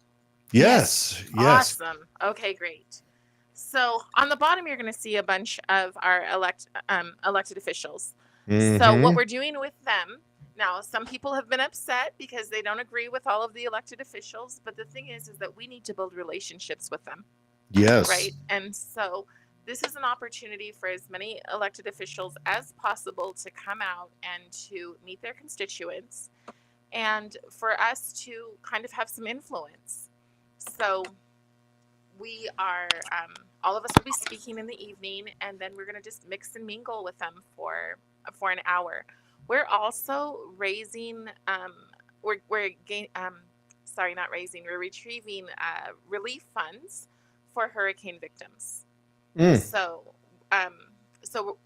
Glenn Beck is sending a Mercury 1 truck out. Awesome. So Moms for America is pretty large. Moms for America, Kimberly Fletcher has been an advisor to President Trump, a parental advisor. And so they're coming. Yeah, she's coming out for a vigil the night before with Mom Army. So that's the first thing that we're doing. And then we have our summit. And our summit really is about, like I said before, sorry, this has been all floppy. It's really about bringing the heart. So Brooke is extremely organized and extremely fierce and effective in the things that she does. And where I believe my strength is in bringing people together. So I have seen a ton of division within the Conservative Party itself. I know you have. It's been a contentious race. Right. And it's been just awful to watch people who agree on so much tear each other down. And I also believe that after the election, whether our side wins or loses, it's going to be a very distraught time for a lot of people. Families are not going to speak to each other. It's true. You know, And it's funny. They're not going to speak to each other on grounds of the same political party. Yes. We're seeing a big shift come on. It's wild. Yes. And so we need to bring the heart back in. And who else brings back a heart but the mother? The mothers, the nurturing spirit. The ones who say, you know what, we're not going to put up with drama. We're going to just create a nurturing environment. So the things that I want to see happen in communities right now, Moms for America has for 14 years here had book clubs where ladies get together and they discuss constitutional principles. We're kind of I hate to say it this way in case I offend anyone, but we're kind of the younger generation of this. And so we're bringing in what's relevant right now. So we just finished the book, The Queering of the American Child. We're reading books like Rules for Radicals. And we're doing whatever our community wants. Like our leadership, one of the things I love about Moms for America is that we're servant-led. So we're not top down, look at me, I'm the boss. We're, how can I help you thrive as a mom, as, you know, and also we have moms, we have grandma grizzlies, and we have future moms, because we know that our youth are being targeted hard by the left. And Our very prosperity. Yeah. What'd you say? Our very prosperity, and even the Yes. future of babies in the womb that are targeted. Yes, Mhm. absolutely. This is huge. And But our what young better? Let's people- empower each other as women. Right. And let's not make the idea that you need to be a mother and something else. You absolutely can be, but you don't have to be, because the slogan that we use is that the hand that rocks the cradle rules the world. Right. And so Yeah. if we rule the world, if we shape the world, then we've got to be active in it. And I think for a very long time, we have checked out. We have let social media tell us how we need to parent. We've taken on every craze like gentle parenting or whatever else, when we know what's true and we need to hold on to true things. We are the best educators for our children. And I'm not talking necessarily academically, although I am pro school choice, but I'm talking about in all of those things that Morally. Yeah. I mean, a young woman came up to me today. She's a 10th grader, and she showed me this article that she's writing about how upset she is that they're always on Chromebooks. They're just always on Chromebooks, and she's like, "We're not learning anything. It's kind of gamified, and you know, like we're at school." And she literally wrote, "Our teachers are playing Candy Crush." Now, I don't believe that's every teacher. But I do think that we've got to do what we can as mothers, both in our homes, but we also need to be informed enough, and we have to know what we do, because I have parents who will say, "What do I do about this? And what do I do about this? And, you know, all of these things are happening. What can I do?" And I just look at them and I say, "Where do your rights come from?" That's the first thing you have to know, is where do your rights come from? Your rights come from God. Right? And if you can start there, then you have some power, and then you can go and advocate, then you can learn. But you have to start at a balanced place. One of the things that we've heard is, you know, don't go to a place that's just going to set your hair on fire. And there are people who will just set your hair on fire. That's true. But the thing about Moms for America, Why'd you look is at that the me? people- Just because I have a lapse of it doesn't mean I want to erase it from everyone else. Because my own children aren't in the room, and neither is okay. the Democratic Party that I so Oh. often engage with. So you're targeted. Please forgive me. Go on. But the people who are coming to us, it's not that they want their hair set on fire. It's that the fires are there, and they want help putting them out. And navigating through them, or expecting them before they come. How to Right. logically look at the scenario, empower yourself, and know that those around you want what's best for you, Yes. as you do for them, and they help you navigate those really hard Yes. waters. Our kids don't come with instructions, and if you're an Right. atheist, you can still look at who gives me my rights. I do.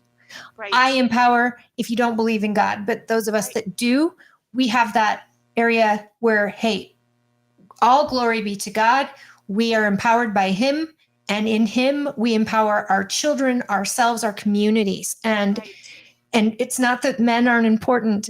It's that we need each other. We Right. need each other, and the mom has to be playing the exact role that God chose for us to play. And we fact, make the house a home. yes, Daddy in fact, brings one of the the home. slogans that we Right have now, is I've that got we're a the strong urge to make all those jokes that my dad taught me. You just settle down. You are outnumbered here, sir. Okay, but one of our organizations, one of the things Kimberly Fletcher says is we are the female organization that loves men.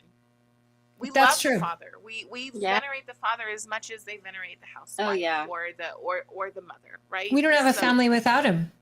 Yeah. the family is vital. And the Yes. family is the thing that's under attack. Everything else, you can look at it however you want to, but it comes down to the family. Because By without design. the family, then you need a replacement for that family. And that replacement for the family tends to be government. And Mhm. that's what our kids are being taught, whether that is in social media or whether that is in some of their classrooms. Oh, it's subtle too. You know, in a lot of movies and video or television shows, they make the dad look like this huge doofus. Right. Yeah. And I get irritated when I watch, television and they make the police look like huge doofuses. And Right. it's all by design. It's Yeah. it's a mockery of the important role that these Mhm. father, police, firemen, Right. that firemen's never get to be a doofus in movies. It's just police and dads. But Oh, wait, there was that one I think where that the two firemen married each it's other. by design. One movie. It is and it's Adam Sandler. Yes. It's by design because one, you get God out of people's lives. Mhm. We no longer have a moral Yes. society that values life. And Yes. when that happens, everything else is on the table. And that's why you're battling daily what your children learn. If you can't teach your children their value at home before they hit the streets. Yes. And I think it was Hamilton. If you'll stand for nothing, then you'll fall for anything. And I keep hearing that line, like as mothers, we need to teach our kids their value, and dads need to show them what their value looks like when they're Well- all grown up. And the big promise thing you- about dads is dads need to take on the protective role in the household so that the Right. mother is free to mother and nurture. Because if the dad's gone, then the mother isn't free to nurture. And that's why we've got a sick, collapsing society. Yeah. A social And mental how many illness. generations has that been? Because that's the thing is we have to start with first empowering parents. Yeah. And so we have to look at what do parents not know? Because there's a lot Wow. of Somebody things- took their hair down. Woo. She's Talk getting- about fire. She's getting Hello. spicy now. Yeah. My goodness. Look at She's- that mane. I'm sorry. I got one of these. I was like, was this a L'Oreal commercial? Dang, Well, Brooke. Okay, carry on. You two are sassy and sparkly. I love it. Well, I it's- love this conversation around the family because one of the ways that we have to engage with legislators is called the family lobby. And it's really, really simple. You write a card to them and everybody in the family signs it with a picture of your family to your elected officials. And I love that. my kids all did it. They signed it. And the response I got was amazing. My state school board member came and he says, I love that letter that you sent to me. And I was like, what letter? I was so dumb. But I was teaching my kids that even if you don't agree with your elected official, you have to build relationships with them, because when there are these key issues that come, you need to be able to have a relationship to talk with them, and there need to be positive things. It's not just about yelling at them or whatever. They're in service, they're serving us, and forming those relationships will help us be better represented. And it is the whole family. It's the picture of the mom, the dad, the kids. They sign it. They know they're a part of it, and they feel that too. So this engagement. If is- I could, I'm sorry. Adding a face. You're not a number. You're Yeah. a family. And I Mhm. think about this with our Senate and our Congress, and I think sending your family, your young men, your young women, before they make an act like, oh, let's put boots on the ground in this country or this country, you're looking at a face that you're willing to risk their life in battle before coming up with something that's not going to take us to war and things like that. I think that has an impact that's probably, I never even thought to do that. Yeah. Well, and they also, I mean, they're going to represent who contacts them most, you know? So, I mean, Chuck Schumer, when Satan calls him up, he's going to represent him. He's going to come forward and bring the heavy, you know, and Nadler is going to do like Beelzebub. But I digress. Weird. You digress? No, that's a good idea. Lobbying shouldn't be this pay for play system. It should be when you reach out to your representative, you are lobbying them. It just got that name because Grant was a crook. But lobbying, that is what you're doing. And if everyone, like Celeste Malloy, she'll be here on Monday with us, and I'm excited to chat with her. And we haven't always agreed, but by that communication with her, I know that even if she makes a vote that I may not agree with, I know she's picked it apart and done her We're in her mind. weighing of the scales. And then she thinks to myself, I'm going to have to talk to Jaredson, and he's going to give me a rash of crap. Yeah. And he's going to make, make some crass joke. Oh, here we go. Well, you make them accountable to you when you're looking into their eyes and they see that every vote they make has an impact that is hurting us or helping us, and which side are they on? And there's a moral impact. We're not fighting bad and good. We're fighting good and evil. And in this timeline where we are in this moment, we're empowering our children not just to survive in society, but to be leaders and to be morally equipped people so that we have a constitution that will survive. Exactly. Because there's no point of it if they're not moral.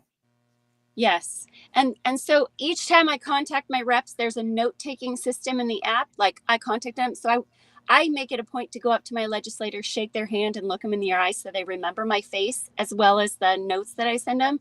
And I'm like, and he said, well, why didn't you tell me this 2 months ago? And I said, I did on this date, and this date. And I have it in there. So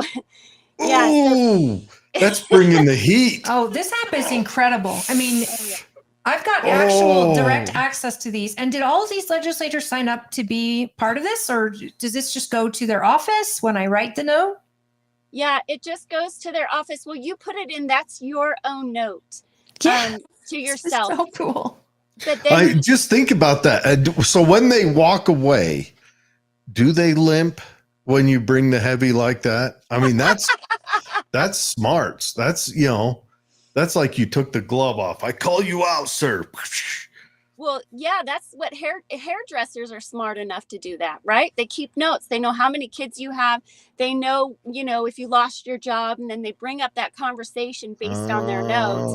And so, if we're as smart as hairdressers, I wouldn't know. We call them therapists. I'm not allowed to go to a hairdresser because I have no hair.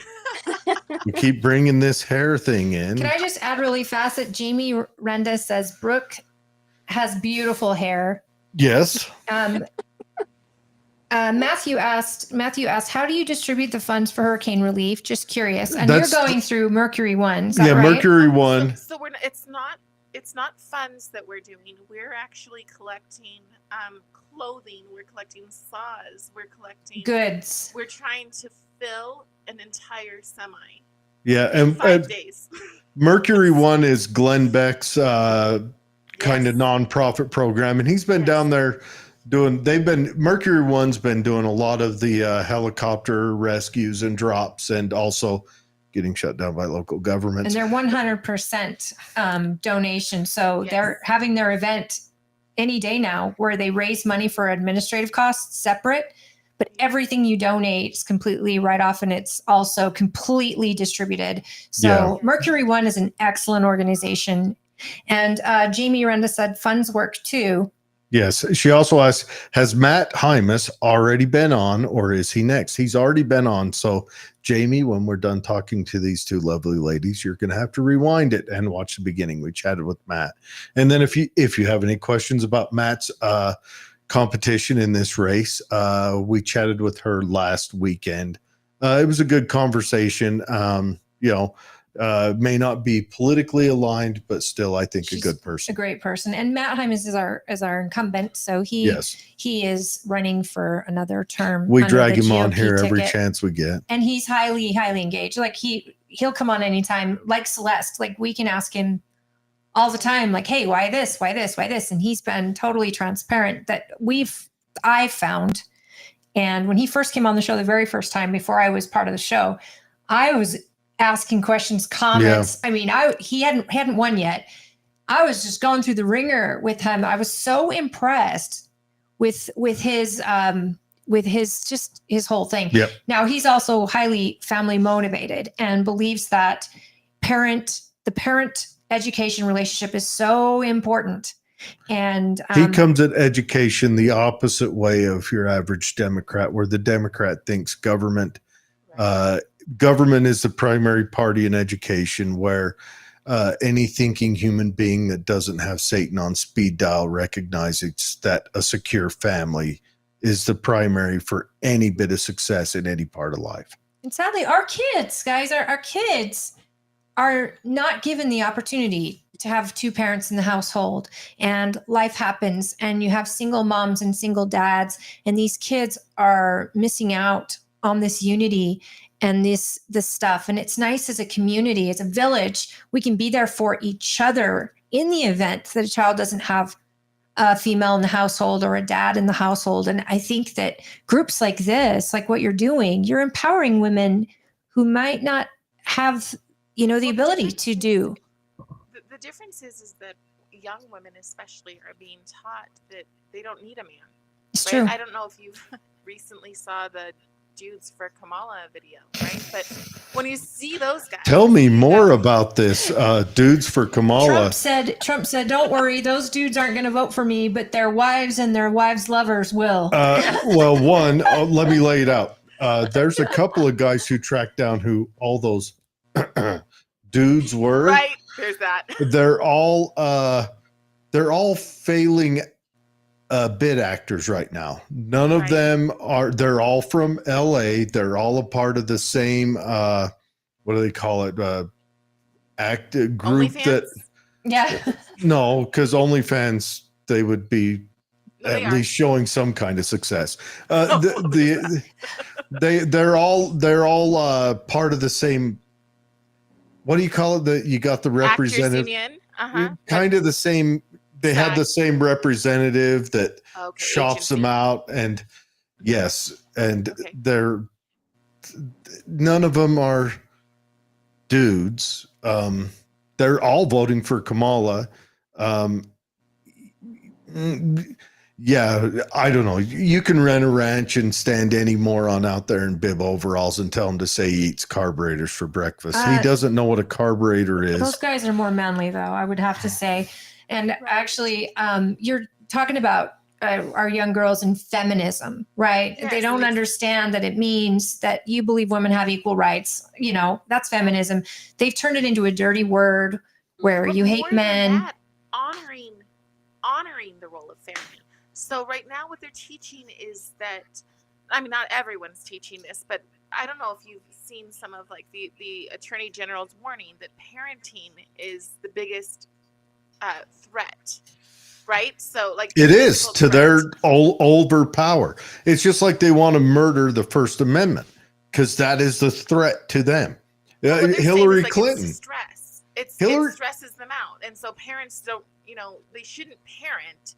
They should put their kids into institutions as soon as possible, i.e., daycare, early childhood care, like super early, right? And they put parents on the terror watch list, domestic terrorism watch list early on in the administration because they were arguing against their school board. Yes. A fundamental thing that we do when you trust someone with your kid 8 hours a day and your kid comes home with some social mental illness that they didn't leave your house with, but they're coming home with it. And it is a broken system. It's fractured. It's like we wrote a book on how to tell if your government has grown too large. Right. Or if you wanted to destroy the country, what would you do different than what they're doing right now? What would I do different? Because what they're doing right now is that track to destroy the family. Well, first get God out of the country. Mm-hmm. Then you destroy the family. Mm-hmm. Then you institutionalize Mhm. the children. You create small little soldiers out of them who worship at the altar of climate change and government. Yes. And then they're not free thinkers. No. There's no free thinkers, and they get also have away no from your ambition. parents. Exactly. They also have no ambition. I've watched a couple of kids who've turned in assignments and gotten them marked down because they went above and beyond. And what happens if you go above and beyond because you're Cari, excited can we about get you to something? try to turn your mic up? Sorry, maybe. Is I this can it? turn her up on this end. Let's see if Am that I helps. better here? Yeah. Yep, that's better. Okay. So I'm watching some children who are turning in assignments and then they're being punished for going above and beyond. That kills ambition. Who's punishing them? Well, they're getting lower grades. Really? So yes, So you they're getting, kill the I mean, individual spirit. You kill the you kill the- individual. Absolutely. And so we need to build that up. And I believe that the way that we build that up is to rebuild communities. You know, so much of our socialization is on social media. And who knows? I know right before this, I tried to share an interview with Trump, and he was talking to a black man, and I couldn't share it. And I tried 3 times. So we need to build communities in case that gets worse. We need to Right. rebuild. We need to re-talk to our neighbors. We need to re-get our children into going outside and being social. We need to rebuild. One of the things that I thought about when I decided to join Moms for America is how many moms get on social media. Maybe they get into some community group and they think, oh, I need new friends. And they do read things. I don't know if you've ever seen it, but I've seen things that say conservatives need not apply. I've seen Oh it. yeah. Oh yeah. You know? And I'm that's good. You've told me where you stand, and I don't need to see your armpit hair. Anyways, I just want to say, let's talk about when you say there's been an attack on family. There has been an open attack on men. How's the Boy Scouts doing nowadays? Anybody know? We're not Yeah, I just- biologists. We don't know if they're Boy Scouts. Yeah. Anywhere that was the Right. feminist movement, anywhere that has been laid out, this is where men are going to go to grow. Right. They have been openly assaulted, and it's gone now. Can I fight back here? Or Brooke, you want to go first? And then I'll fight Yeah, back. So with my sons, I've made it a point to point out all of these movies that are making men look like idiots.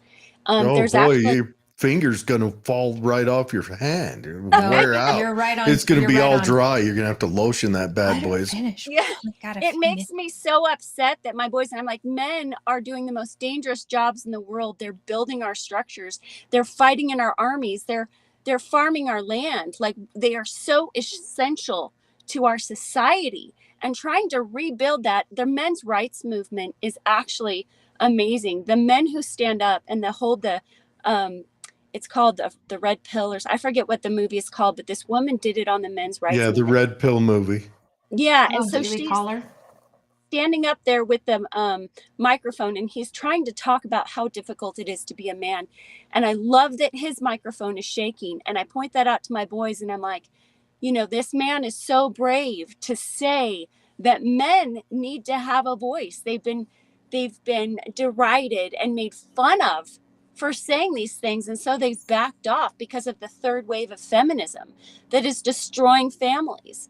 And so to really empower the boys in my family and tell them how essential their place is, and I think it's vital. It's in the home, Absolutely. and those teachings. And that's why I love Moms for America, because in Hawaii, the queen outlawed the hula 20 years late because it was pagan. 20 years later, the king of Hawaii came back, and he's like, I traveled the world, and people are teaching their history through art and culture. What's our way? We have the hula. Go find out if anybody knows how to do the hula anymore. Come to find out, the mothers for the last 20 years had been teaching their children the hula. They all knew it because they'd been teaching it in the home. And that's why You know, Moms for America has this curriculum so that we are teaching it heart to our children to know what their history is, because it's being vilified. Yeah. Our noble history is being vilified, and they don't have this. So when you teach it in the home, heart to heart with this material, it's when your kids grow up being proud being male, being proud being American, and all those things are being targeted. So it's really up to the moms to get in there and say, hey guys, we're just going to have a lesson right after dinner. We're going to talk about this, and I'm going to tell you how vital you are to our society and how our founders made sure that all of us can have a voice. And this is what it really looks like. And it was hard to do, but they worked through it and made it happen. And can I just say, those founders were 19, 20, 23, 25. They were the And young 54 and a generation. womanizer. They were the young generation that was so strong that they did this. Can you imagine any of our young people right now creating a government that would sustain itself in the experiment for over 250 years? I mean, it's definitely divine intervention, I believe, Right. but Yeah. teaching our young people and doing it alongside dad, who is living by example, who is taking care of the home, protecting mom and children, making sure that he's showing good principles and being the leader of the family. That right there, you're absolutely right. That's probably the scariest thing to the people who want to destroy this country. Can I say Yeah. something about that? Because I went to scout camp with the boys in August, and yes, for sure they are under attack. There were young scout leaders who were these boys would paint their nails the pride colors, and they would lift them up, and they would be like, "How do you like having a queer leader?" and trying to have those generative conversations with our boys. But here's the thing. This is our institution. It's sort of like the fact that we have a rainbow that we believe was God gave it to us, right? So these are our institutions. And if we lay down and say, oh, that's fine, we can't fight anymore, we can't stand up anymore, we will lose them. We will lose our beautiful campgrounds that these boys are learning how to be strong and to climb mountains on. We will lose things if we don't have just the conviction that they're ours, just like our country. Our country is ours, and we have to stand up. We have to say, enough is enough. We're going to stand for truth, and it may be hard, and people may say, oh, you're evil, you're right-wing, you're a Nazi, whatever they're going to say, but we have to stand up. And the more that we stand for truth, first off, the more one person stands for truth, then somebody else will join them, and then somebody else. And that's really the goal here. That is the goal with Moms for America, is that in my little county, I've got some women who are like, well, what are you going to do after this campaign? I'm going to do this. And I've gathered all of them, and I've looked at their strengths, and I've said, you could do this, and you could do this. And, then we're going to spread that around across the state. So when you first were talking, you were saying, well, she's in Utah County, but our goal is not to I want us in every single county by the end of the year. I want people who are ready to stand up. Moms who are saying, I know it's my time to lead, and I know I have to do it, because if we don't do it, what are we leaving for our children? We can't be cowards anymore. We can't be afraid of what people are going to say to us, because it's the world our children are living in. There was a guest recently on Tucker Carlson who talked about the mental illness our country's going to go through when Trump wins, hopefully, and that we don't know what it's going to look like. It'll be lashing out on a scale that we can't even fathom. They're going to need so much mental support because of the loss of the election. And all the right memes will there, be sweet, though. That right there is why moms need to be empowered now, because they have to be able to tell their kids it's going to be okay. Everything's fine. We are the people who decide this government, not the other way around. We have to educate our kids that we're in charge, not the government, and that we can always help out and give a hand up to our neighbor before going to the government for it. Yeah. And And we that have to be prepared the other way too. If we lose, Absolutely. our children cannot, because they're hearing us. They know how stressed we are. They need It's to so hear true. there's still hope, right? So that's the other reason why we were talking about when to do this launch, and I said it has to be before the election. It has to be before the election, because we've got to put those places in. We've got to be that virtual hug, that virtual place where when people are falling apart and feeling like, oh my gosh, we've lost. And, you know, the rhetoric is that if we lose, there's no more America. But we need to remember that the United States, the American spirit, is our spirit. It's Right. not necessarily, you know, doomsday. Of course I want Donald Trump to win. Of course, I don't think you could get more anti-Kamala than I am. But wait, I haven't seen all your posts on Facebook. Tell me more. No, We lost Brooke. It looks like. Yeah, Brooke hopped out, and if she jumps back on, we'll bring her back in. But we do have to close the show down. Yeah. I just want to go through a couple of comments here. Sure. Jamie Renda says, Joe Joseph Carey, who is also on our state school board, started Mercury One Foundation with Glenn Beck. Just a local note of our incredible state school board. Outstanding. That's awesome. Matt Jones says, good job. Jamie Rend also says, Carrie. Oh, never mind. We read that one already. I just want to say, regardless of whether the sane side wins or not, eventually men will be men again. Because either men will be men now and we extend this empire out a little longer, or the weak will take over and men will be men because they're forced to, because the world will get awful hard and ugly. Oh, welcome back, Brooke. Did you I don't know decide to why. drive? I don't know why it went out. oh, well, we're closing up. So, ladies, give us your last little shot. Yeah, talk about this. I'm gonna event. I'm gonna show the picture of it on screen again. This is Thursday coming up, you guys, October 24th, and this is an in-person or virtual event. In person. It's in American if Fork. You, mothers, bring moms to that morning thing. That is the most important thing, because once they hear about Mao, Stalin, Pol Pot, and how they target the children, once you know, you can't not do anything. So we need moms to come to this. We also want to connect with them. And then in the evening, when we say, politicians, listen up, we're bringing you an army. There's no more of a leftist organization that's very organized, standing there and bullying you.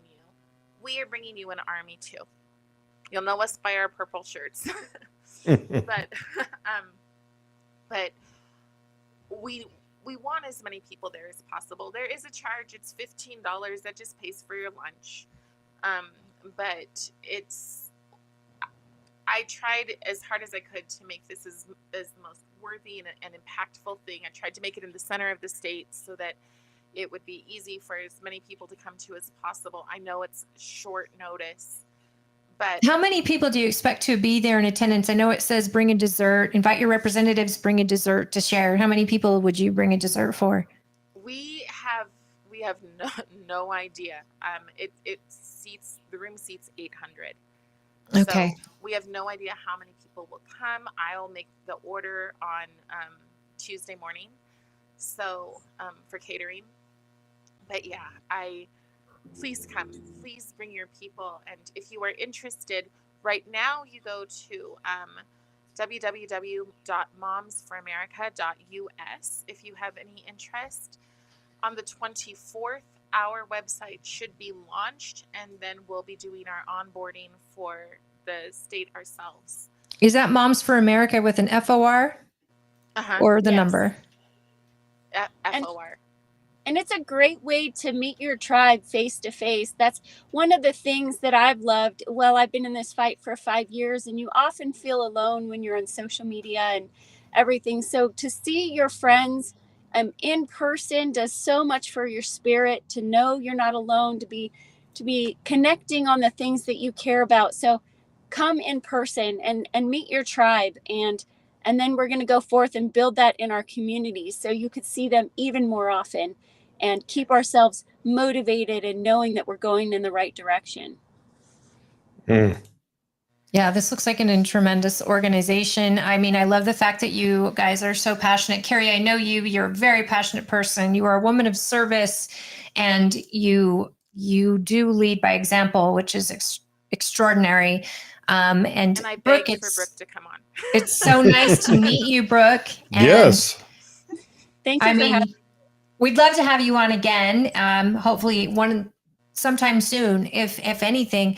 For me, this is tough because I am a stay-at-home mom, so I get my kids to school and this is all happening, and I take them to a charter, which is a commuter school. So this is kind of a hard way for me to even get there on time.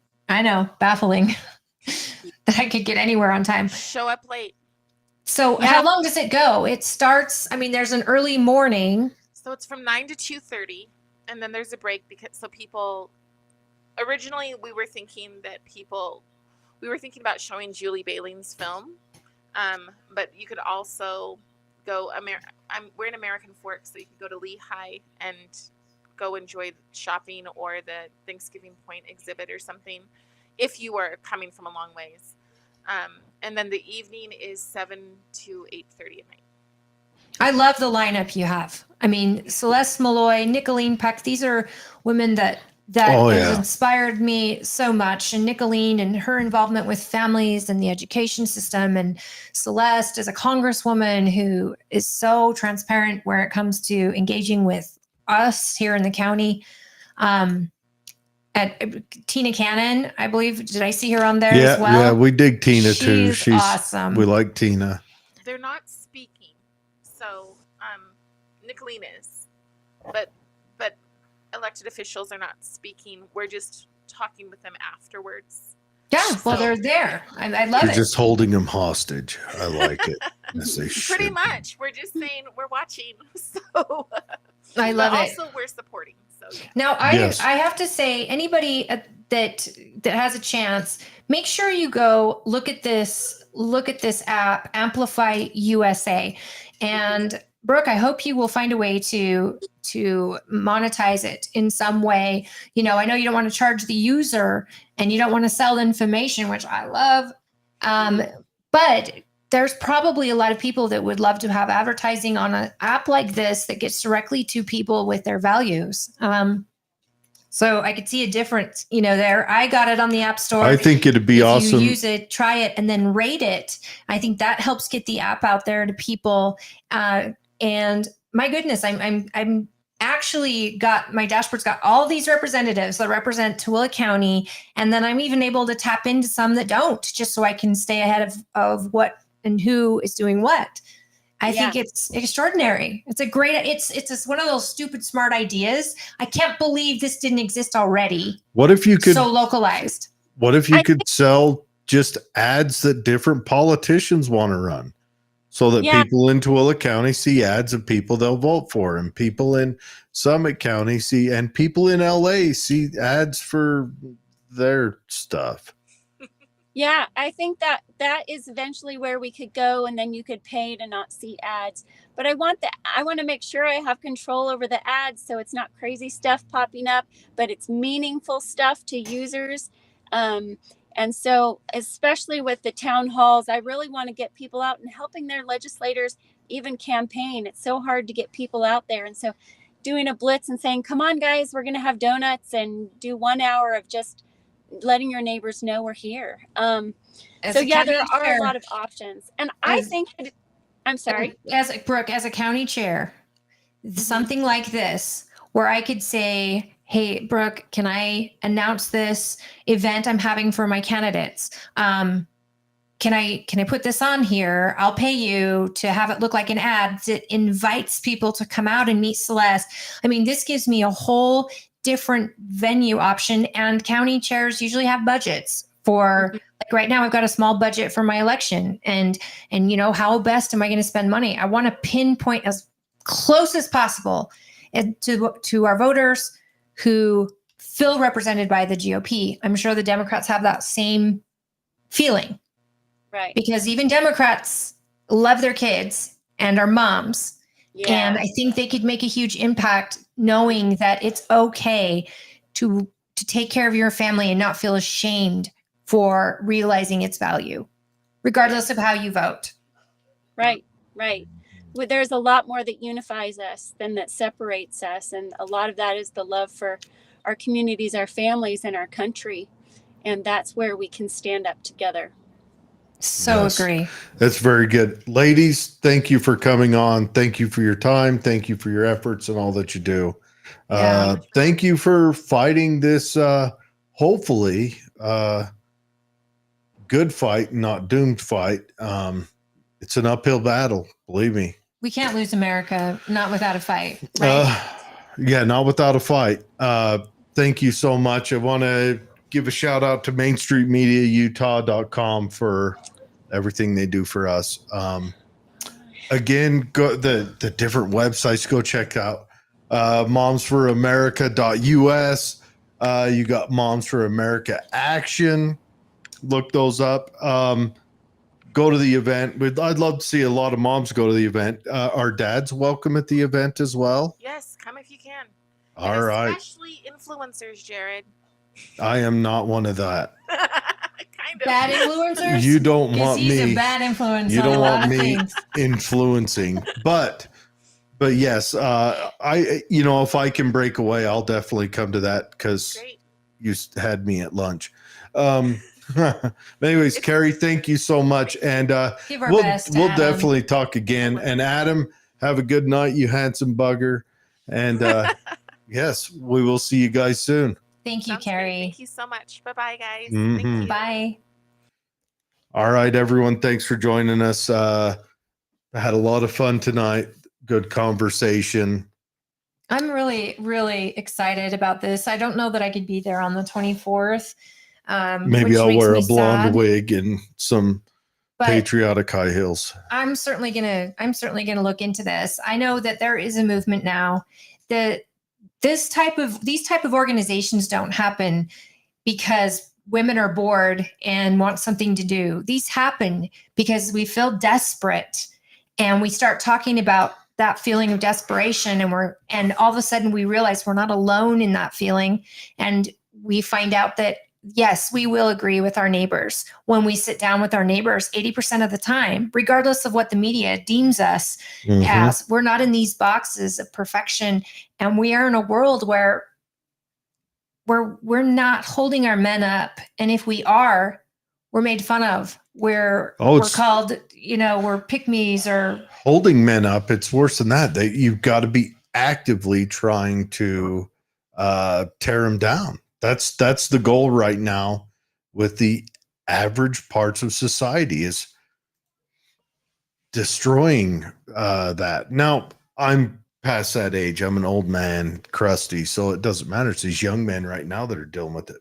It's But true. It's anyways, true. And we need to be good examples to our young men. And we need the men who are dads and fathers to know that it's okay to be the protector. It's okay to be the breadwinner. And it's okay to have an intact family. And it takes a lot of sacrifice it's to not have even that. okay. It's almost mandatory. It's true. And if you're a religious person, the father should be leading the home in religion and being an example to their kids. And if you're not a religious person, he should be the pillar, and the mom is the surrounder. So it's The like father's the protector, the mother's the nurturer. That's it. It's that simple.